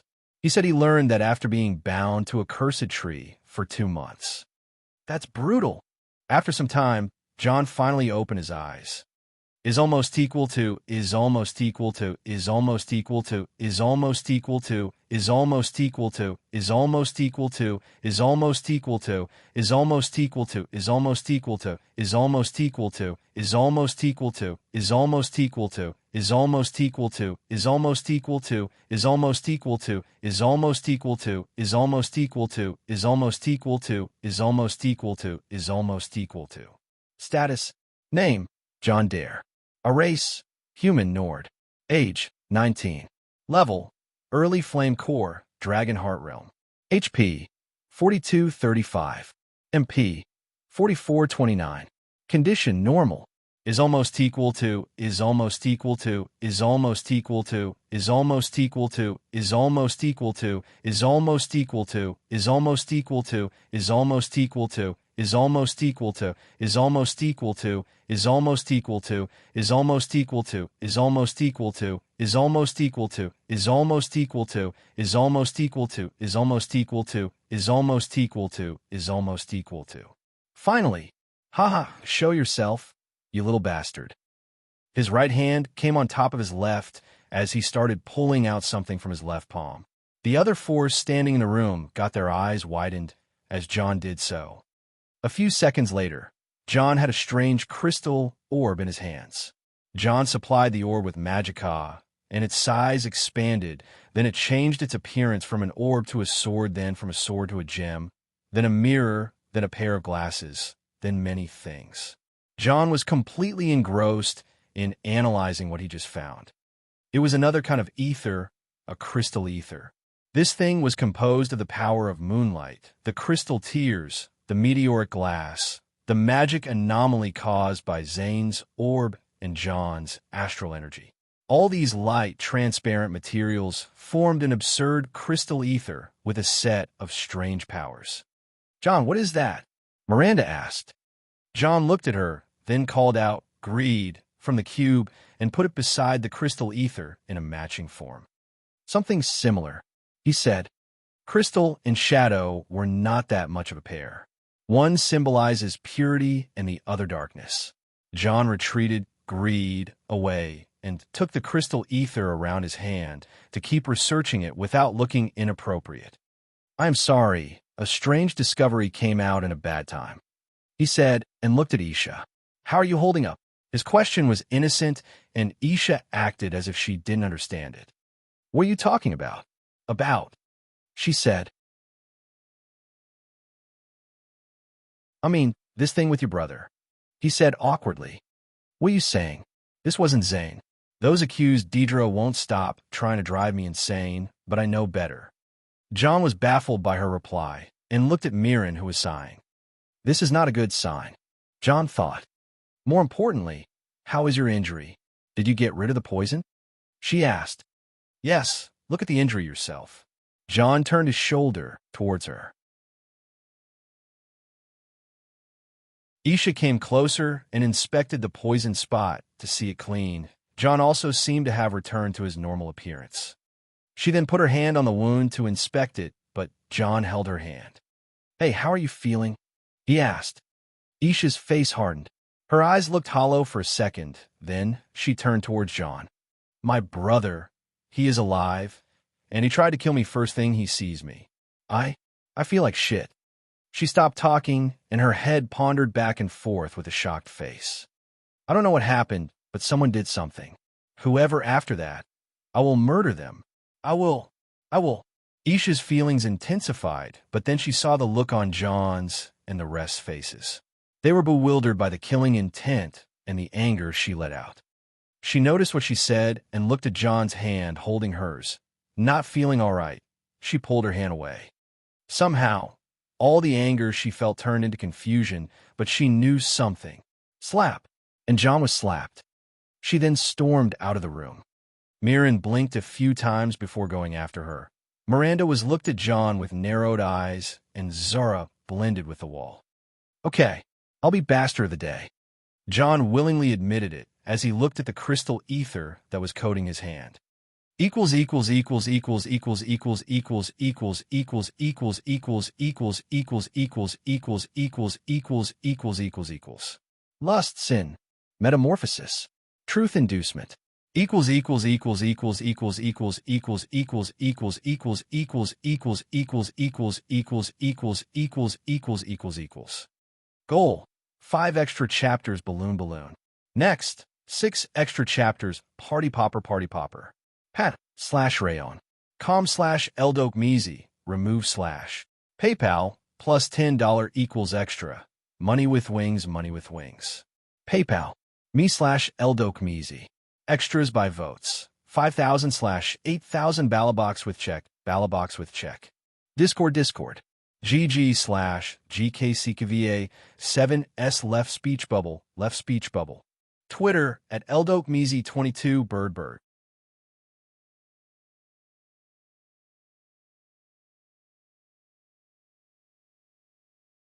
Chapter 457. Be careful what you wish for. Double chapter. Daily plus monthly extra. Part 1. The next day, John opened his eyes under the same roof of the temple room. The only difference is 2 beauties were snuggling on his left and right. Figuring out that one was Miranda is basic, but finding out that the other was Zara kept him thinking of what happened yesterday. It started with him using the truth inducement power of the newly acquired sin lust on Isha. After she spoke her heart out, then slapped him, Mirren followed her, and the two were angry at John realizing that he must have done something. Miranda, being the sweet girl she is, brought a water skin that was cooled by magic to put on John's swelling face. Isha's slap, after all, was a slap from someone whose power defied sense. This made John slightly regret passing down a version of his magicka training technique on her and the others. Isha found that training a good method to heal her first trauma and train day and night for the past few months. Her piled-up power and energy have gathered until she managed to gain an astral access and pass the first magic gathering stage. Being in a level equal to the dragon frame stage, Isha's frame establishment stage in the peak of the ironbone phase, a slap from her can twist normal people's heads. Basically, this is where I screwed up.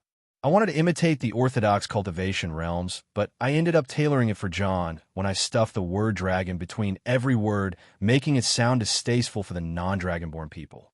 What I did here was a little tweak based on the basics, which magicka gathering, frame establishment, heart formation, oblivion separation, while keeping the dragon robbing, dragon frame, dragon heart, and dragon rising as John's unique method. John touched his face and sighed. He recovered fast, but he still felt like an asshole for doing that to Isha. He waited for a day to talk to her, but ended up drinking with Zara and Miranda all night under 2 full moons. The hype was strong, and the 3 went at it. Truthfully speaking, it was wonderful. John can't call himself a furry, but Zara squeezed him like nothing he had ever experienced before. He used lust on himself to morph into his Khajiit form, and the potion on Miranda for a full-on Khajiit experience. Now looking back at the present, he wasn't sure how the Moon Bishop would react when she wakes up, so he kept acting asleep. A few minutes later, she indeed woke up and caused a fuss. Moon bishops were allowed to have relationships in the Khajiit religion, and she wasn't a virgin, so it wasn't a big deal anyway. On the other hand, Miranda was dissatisfied. "Do you prefer the real me or the Khajiit me?" she asked. "The Khajiit you is the real you," John replied. "Oh, I see what you're saying there, twisting my words on me. Well, I like the Altmare you more, even if you fluff perfectly as a Khajiit." John and Miranda stayed lazily in bed, cuddling in peace silently. John was thinking about what to do from now on. Isha is aware that Zane is her brother, and John's current objective is to stop him by all means. Zane's aim was not known, but answers can't be found here anymore. They are either to chase after Zane or to go look for clues in Hammerfell. Chasing him sounded more of a better plan at the moment, but John is out of clues, and Zane can be anywhere. No, there was a clue, yet John didn't want to be more of an asshole. It was confusing. He wanted to be done with his labors, but his that he spent over a year with and battled with them back to back were family to him. If he needs to do something from now on, he must keep no more secrets. "You're sighing a lot these days," Miranda remarked. "It is just, I don't want to talk about it, but it seems this is no longer an option." He replied, "Not talking should be my thing," she said. "Speaking of which, you were very talkative last night." Last night, as they were drinking, Miranda asked John to do whatever he did to Isha to her. Basically, she wanted him to use the truth inducement function on her. John soon realized how dumb of a choice it was. Miranda, the very silent girl, turned out to be a very talkative big mouth under the truth effect. She just kept complaining and talking and laughing. It was fun at first getting to know a part of her he never knew, but it wasn't ending. This girl had many years' worth of talking to let out. "How about using lust for our next play?" John asked. "Sound good to me. Wait, you called it lust?" "Yes, it may not fit in at the moment, but when it grows more, I foresaw a lot of potential," John said as he took out lust and greed together. The crystal ether and the shadow ether moved in the shape of two fishes chasing one another in a circle. Greed has a very good combat potential. While of the same nature, lust is more of a magical nature on the illusion side. Why do you give them such horrible names if they are this good artifacts? Simple. These things contain parts of my soul, and I intend to create 7 of them. Each one will define my flaws and feed on it. When all the 7 sins are fully matured, I will be able to face well, this is a little of a surprise, even for myself, as I don't know what to expect." John said, then walked out of bed. He looked back at the naked Altmare looking up to him and exposing herself to seduce him back, but he snorted and spanked her butt cheeks. "We have things to do." Outside the temple, John walked out and paid his respect to the monks that allowed him to recover in. He was wearing loose, long robes and letting his long hair flew behind him. His appearance reflected his mood, being light and easygoing. His direction were the shed on the small rocky hill overviewing the desert village and the oasis. Up there, he could see Isha resting her head on Mirren's lap. "I hope you are feeling better than yesterday." He spoke after he snuck close enough. The silent couple closed their eyes, realizing this won't end well somehow. Isha was still pissed, not particularly at John, and Mirren was pissed specifically at John. "Booze or sweets?" John asked as he joined the two and sat down. "Too early for booze, too bitter for sweets," Mirren scolded. "Fluff then. I can offer you to pat Nefertiti for a minute, but I'll start charging you additional fees for extra pats," John said. "You realize we are in Elsewhere?" "Humph. I am aware that this is the land of fluff, but it is disappointing to see no therapy cats around. Therapy cats, now that's a cure for cancer, global warming, and racism all in one go." "What do you want, John?" Isha finally spoke. John dipped his hand in his shadow and extracted Nefertiti by force. "A peace offering," John said as he passed the struggling Nefertiti to Isha. "Human, leave me out of it." Isha looked between John and Nefertiti, then she took her from John. Nefertiti didn't resist Isha and just let herself be hugged. "You feeling better today?" John asked. "Not really," Isha replied. "I see. I'm sorry about yesterday." It was rude of me. Whatever. Okay. John nodded and remained silent for a few seconds before speaking again. And now what? Isha stopped patting the cat and looked at John for a few seconds before looking away. I have no idea, she said. I see. I am going after him. He's involved in my labor, so I just wanted to let you know, he said bluntly. Isha didn't react or reply. What do you intend to do? Mirren asked. Not sure. Most of the Eye of the Moon beast crystals were destroyed when the orb exploded in the lake, but I have 1 or 2 still intact and functioning. Last night, pointed to the west. John replied. What's in the west? Isha asked. The western half of Elsewhere and Valenwood. Mirren replied. First thing I wanted to ask is, are you willing to join me and go after him? John asked Isha. She thought for a while before replying. I don't know. What will you do once you find him? She said. I don't know either. Your brother is strong but badly equipped. What I know about him is that he is a laborer for a Daedric prince on the other side. We killed Malakatha's and Periide's laborers while Molag Bal and Morun's Dagon do not have laborers. This leaves a Daedra we are not aware of to be sponsoring Zane. For what we saw, Zane's condition is abnormal as he ignored a spinal injury, as if it was a bee sting. He is aggressive and his eyes are dull, which may mean that he is not in his right mind. Also, John. Isha interrupted John and looked at him right in the eyes. Don't give me hope. Don't give me hope, or I'll hate you once it is shattered on my head all over again. The tone she spoke reflected the pain she was in. Her blood and flesh brother made an appearance after he was presumed dead for all that time. More to that, he tries to kill Isha on sight. This was a bit hard to endure. John had to choose his next words rather carefully. I won't give you hope. I'll tell you something that I've been silent about. Something I should have told you from the beginning. Isha looked at John without expressions. Miranda and Zara were coming under the shed and heard John speaking, so they kept silent. My 7th labor is to follow you, Isha. Part 2. What the fuck? Mirren jumped from his place, holding John from his collar. A while ago, John dropped a bomb by revealing his 7th labor to his group. 9 months ago, Mirren, Miranda, and Isha finished their labors in Morrowind while John had 1 more run to go. He was told about it, but what he disclosed to his friends was that his labor will be taking a while to be past him. The 3 promised him support, which was ironic as it involved Isha, the one who was by John's side from the start of the 6th labor. Now knowing that Isha is involved whether she liked it or not was felt like they all ate shit. Just what is a labor? A twisted Daedric quest that anyone marked as its objective is someone with a kill spot on his/her back. Whoever hears what John said will suspect him of harming Isha. Mirren turned violent. Miranda closed her eyes in shock and Zara covered her mouth in disbelief. Wait.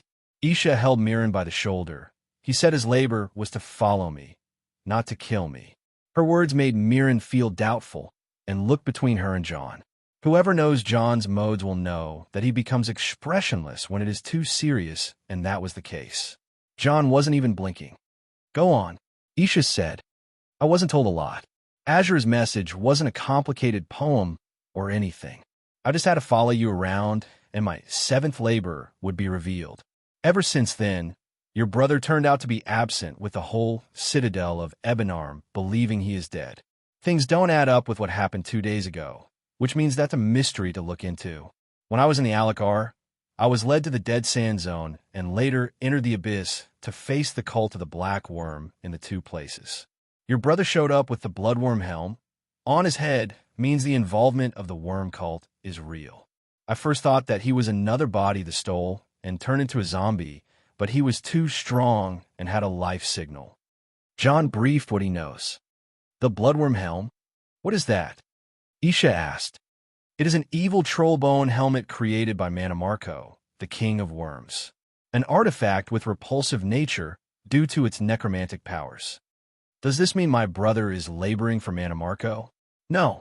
Mannimarco is a Chim, royalty, but not a Daedric prince. There is a Daedra on the other side we don't know of.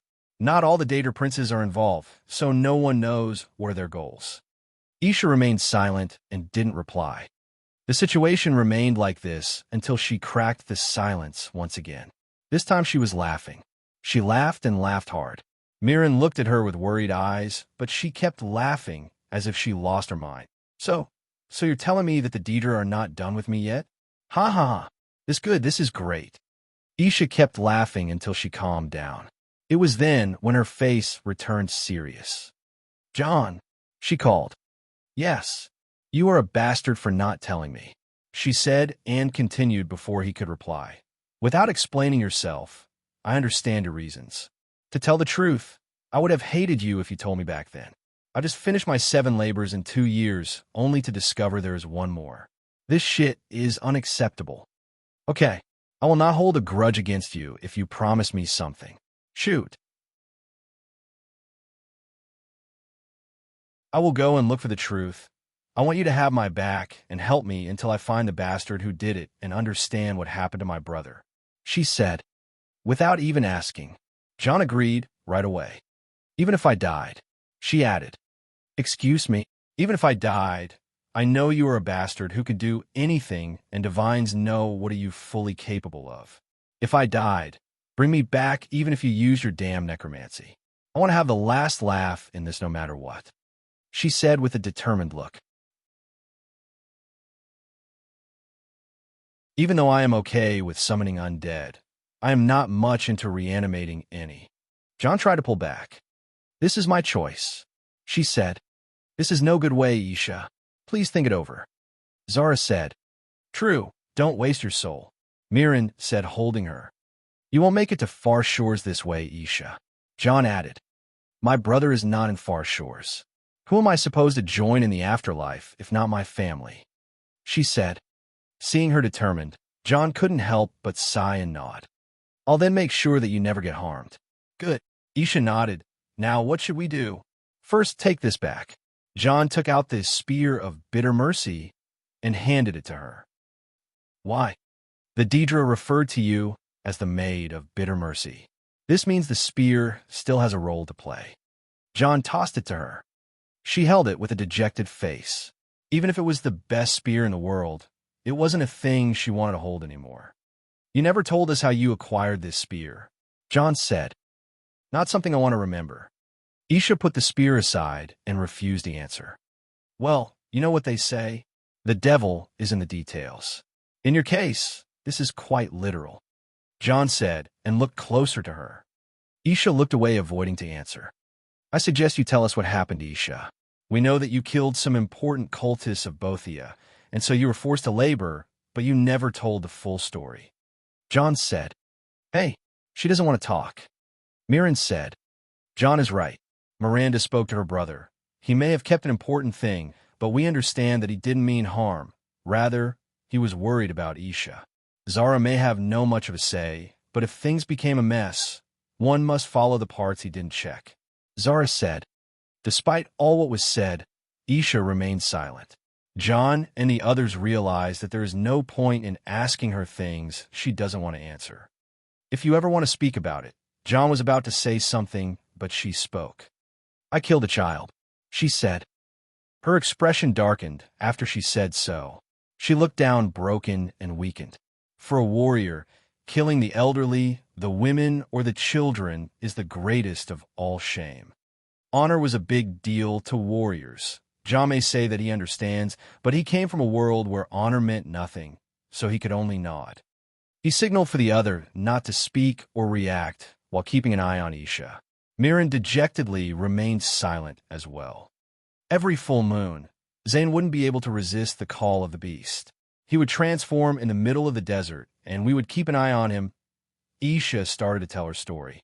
Zane was cursed with lycanthropy. Those who bear the power of the beast never know rest and are always foul and angry. Zane was desperate for a cure as he became what he hated most, and his desperation was transferred to his wife and sister. The three looked everywhere for a cure, but after one last trip to Haygoth, Zane was seriously tired and got bedridden. It was strange since werewolves had a natural resistance to disease. Those who checked on him explained it as his mental state was affecting his physical state and his body was failing him. Dying, Zane was in a strange state of peace as he promised his wife and sister that everything will be all right. Isha wasn't aware of how Zane died, as she seemed to have forgotten about the event, but what she remembers was taking a horse and venturing across the Alakar, willing to make a pact with any Daedric lord there is to save her brother. She single-handedly raided and interrogated many Daedric cults, but to no useful method. Almost losing all hope, a being came to her and told her that her wish can be granted for a price. This being told her to go to a certain place and recover a spear, then go to another place and kill every living thing in it by that spear. Driven by the hope she found, Isha rushed to wherever she was pointed at, killed everything that stood in her place, and recovered spear.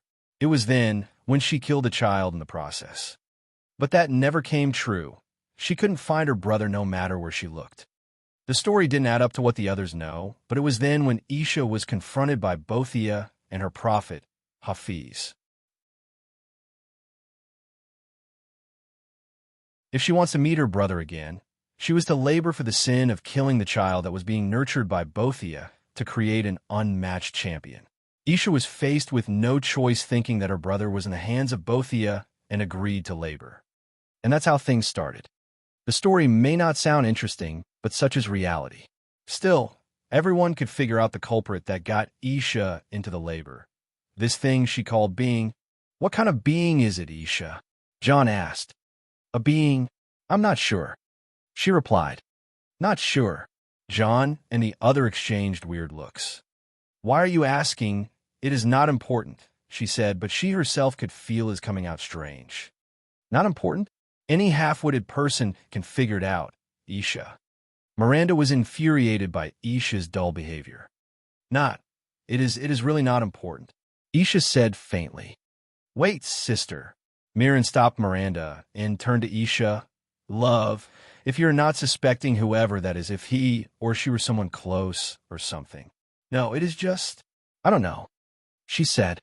On the other hand, John and Zara were looking at Isha with narrowed eyes. The two figured out something.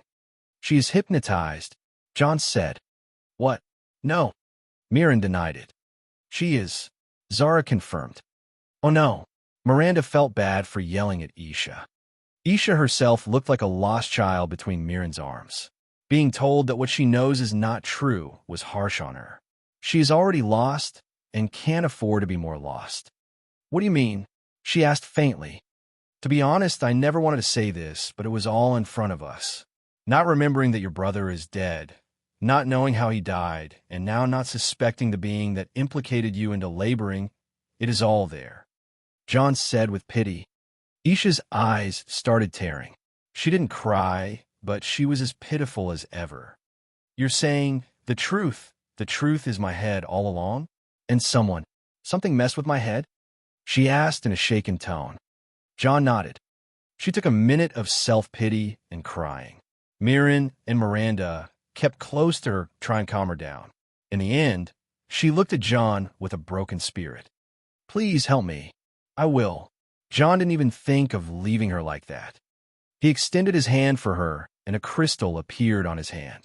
This was lust. This thing has the power to induce the truth. Take my hand, John said. She looked at his hand and slowly extended hers. They firmly locked hands, and he let out a sigh. Isha, John spoke heavily, what kind of being was that thing that told you to recover the spear and kill the cultist? To the question, Isha's eyes stopped tearing, and her face showed that she has arrived at some clarity. A dog, she said, a talking dog. It came to me and offered me any wish I want. It called itself Barbas, John continued. The others around John felt a shock and questioned what the name meant in their heads. Isha, on the other hand, nodded slowly with wide eyes. John's solid expressions meant a lot to those who know him. Do you know the origin of the saying, be careful what you wish for? John asked. The others listened to him silently. I know who is behind everything now. The Daedric prince of wishes and bargains, Clavicus Vile. Goal, 5 extra chapters Balloon Balloon. Next, 6 extra chapters Party Popper Party Popper. Pat/Rayon. Com/Eldokmizi. Remove/. PayPal plus $10 equals extra. Money with wings, money with wings. PayPal. Me/Eldokmizi. Extras by votes. 5,000/8,000 Balabox with check. Balabox with check. Discord. GG/GKCKVA 7S left speech bubble. Left speech bubble. Twitter at Eldokmizi22 Bird.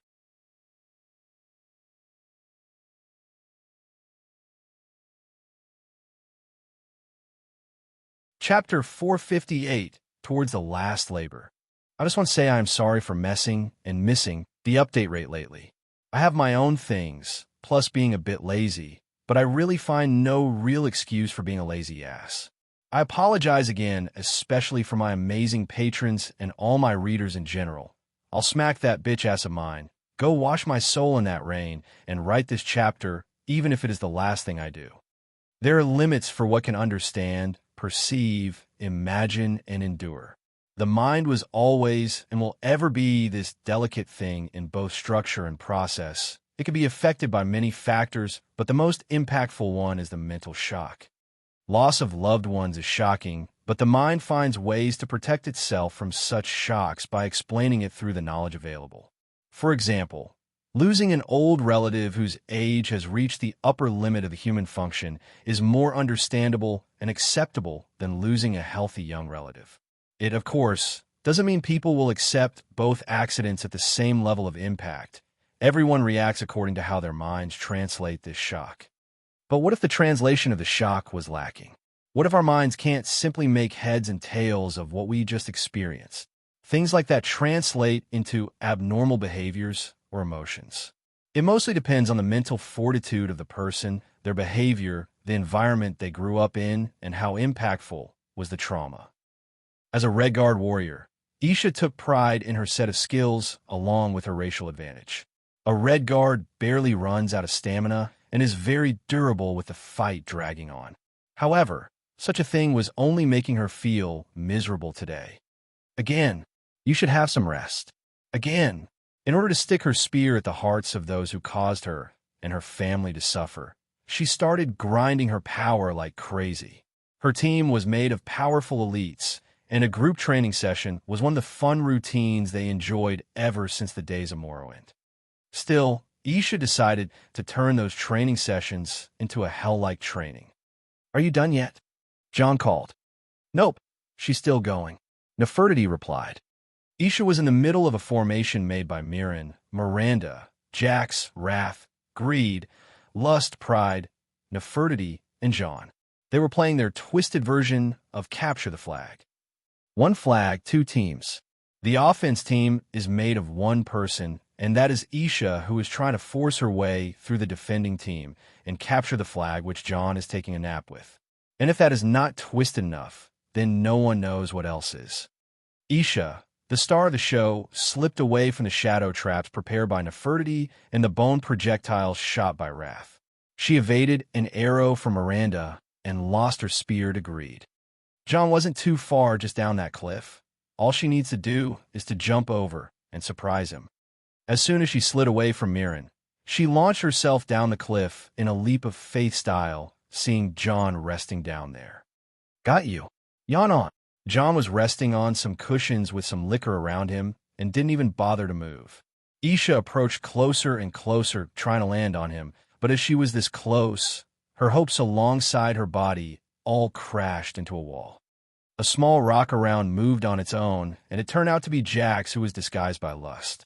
He intercepted Isha by ramming her midair to the wall of the cliff. As John told him not to go easy, Jax held Isha and tossed her all the way back on the cliff, where Wrath was waiting for her with a heavy fist. Isha got tossed like a rag doll, then was thrown away. Mirren and Miranda gritted their teeth, seeing how extreme John was. "Given up yet?" Mirren called. "Shut up." Isha staggered up looking for another round, but her feet betrayed her, and she fell on her butt. "That's enough for today. Zara will take care of you." From the spectators' area, the only spectator was Zara, who also acted as both the medic and the referee. She went to check on at the work down Isha and deemed her not able to continue playing. John teleported right between Mirren and Miranda after that. So, here she does again. It has been a week since this started. John said with a tired face. If you're so worried about her, don't play so heavy-handed. Mirren refuted. And endure her nagging for a full day afterwards? Nope. She is punishing herself. Miranda cut it. The two boys sighed and put their argument aside. It was true. Isha found a way to deal with her shock by inflicting pain. She would go and ask for it every day until someone puts her down. She was simply keeping herself from thinking. A week ago, before this all begins, the group discovered the involvement of a certain Daedra prince that no one wanted to deal with, Clavicus Vile, Prince of Deals. Vile is a Daedric lord notorious for his widespread meddling in mortal affairs, and in the past has worked through mortal representatives to gain what he desires. It is possible, though by no means certain, that Clavicus Vile assisted Jagartharn in his temporary procurement of the imperial throne.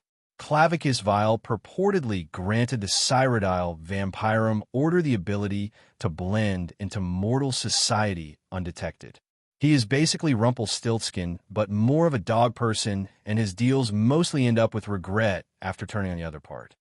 A famous story about the Vile's deals is the story of a noblewoman called Avelia and the Mask of Clavicus Vile. As a young girl, Avelia was grossly disfigured by a spiteful servant. Avelia made a dark deal with Clavicus Vile and received the mask in return.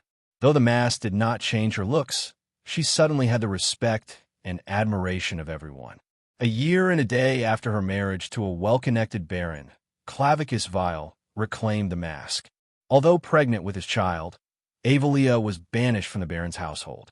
21 years and 1 day later, Avelia's daughter claimed her vengeance by slaying the baron. Anyway, after discovering the involvement of Clavicus Vile, John and the rest went through a brainstorming session away from Isha to figure out how things went down. Zane, Clavicus Vile, the worm cult, the bloodworm skull, Sidhis, and the laborers. Not all those words fit together, but there was indeed a pattern. Zane was cursed by Sidhis. He looked for a cure and failed. He turned for Clavicus Vile, wishing to get rid of the curse, but had to labor, and he faked his own death somehow. But there was also the worm cult, the reason why Zane attached Isha with the intention to kill, and the importance of Isha and the Bitter Mercy Spear. These were unexplainable reasons that no matter how they looked into them, they weren't easy to explain. John couldn't even reach Priestess Urania to have a talk with Azura. Even Shadow and Shiagarath were still talking. In this lack of answers, the group decided to chase after Zane and headed west. Zara joined them, but they all ended up at the western borders of northern Elsewhere. If they pass this point, they will enter Reaper's Marsh, which is a shared territory between Elsewhere, home of the Khajiit, and Valenwood, home of the Bosmare, the Wood Elves. The only problem with Reaper's March is the existence of the Thalmor in this area. The Thalmor has a large stronghold in the area, and all the roads are being watched. That's why the group needed the help of an expert. A smuggler or a guide would be great, so Mirren and Miranda had to call for an old acquaintance of theirs. That was a Bosmare known as Ilvirio's Ulriric. We can't usually go into the heavily guarded territories like Reaper's March, so we tend to hire a smuggler guild we are close to. Ilvirio's is an old friend that can be trusted. Mirren said, Ilvirio's Ulriric is a character sponsored by a Tunder 999. Great, but why is the situation in Valenwood this intense?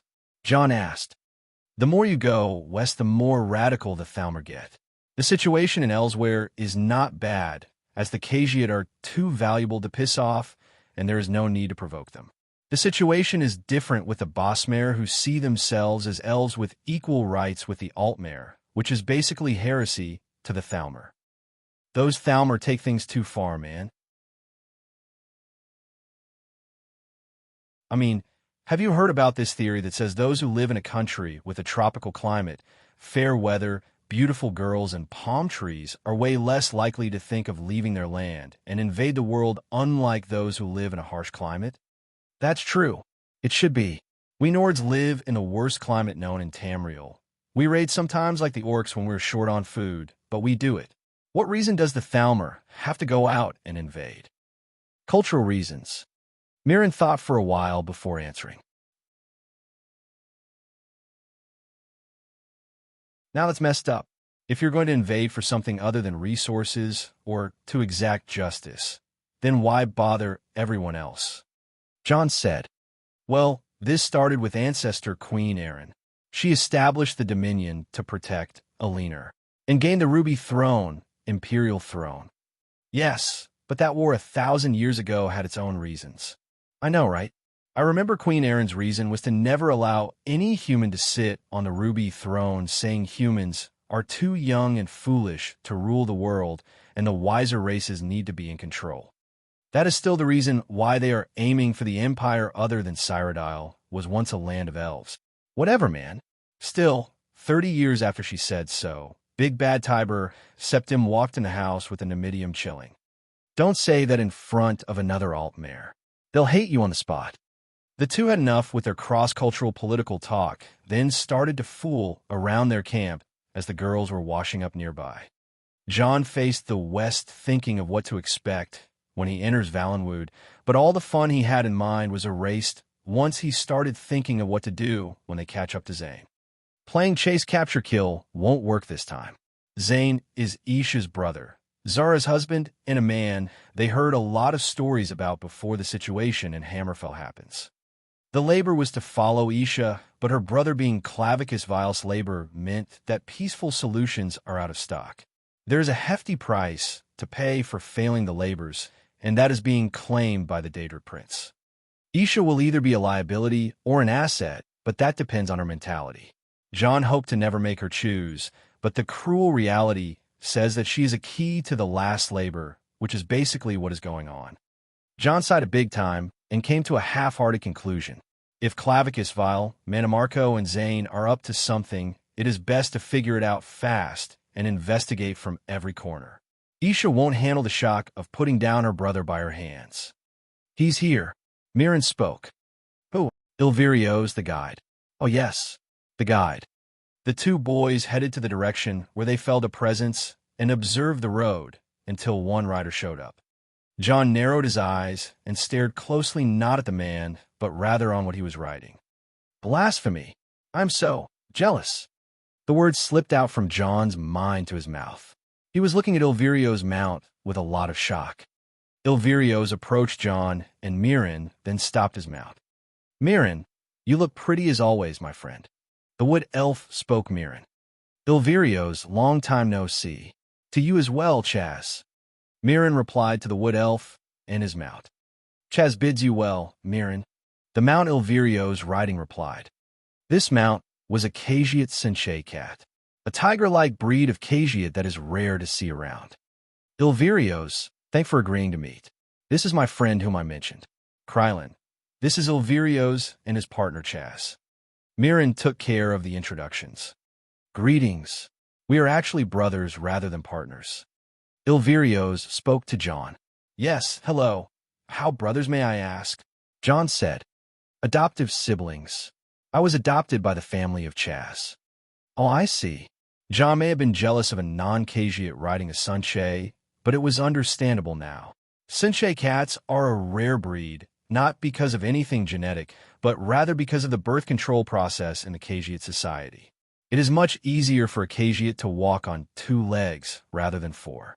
This way they don't get mistaken for beasts by outsiders and grow up to find a good career in farming, martial arts, or trading. This doesn't mean that quadrupedal Cagiat can't do any of that, but rather because of how easy it is to do things when you walk on 2. This is the reason why the Sinche and Sintrot are rare to see, especially during the 4th era.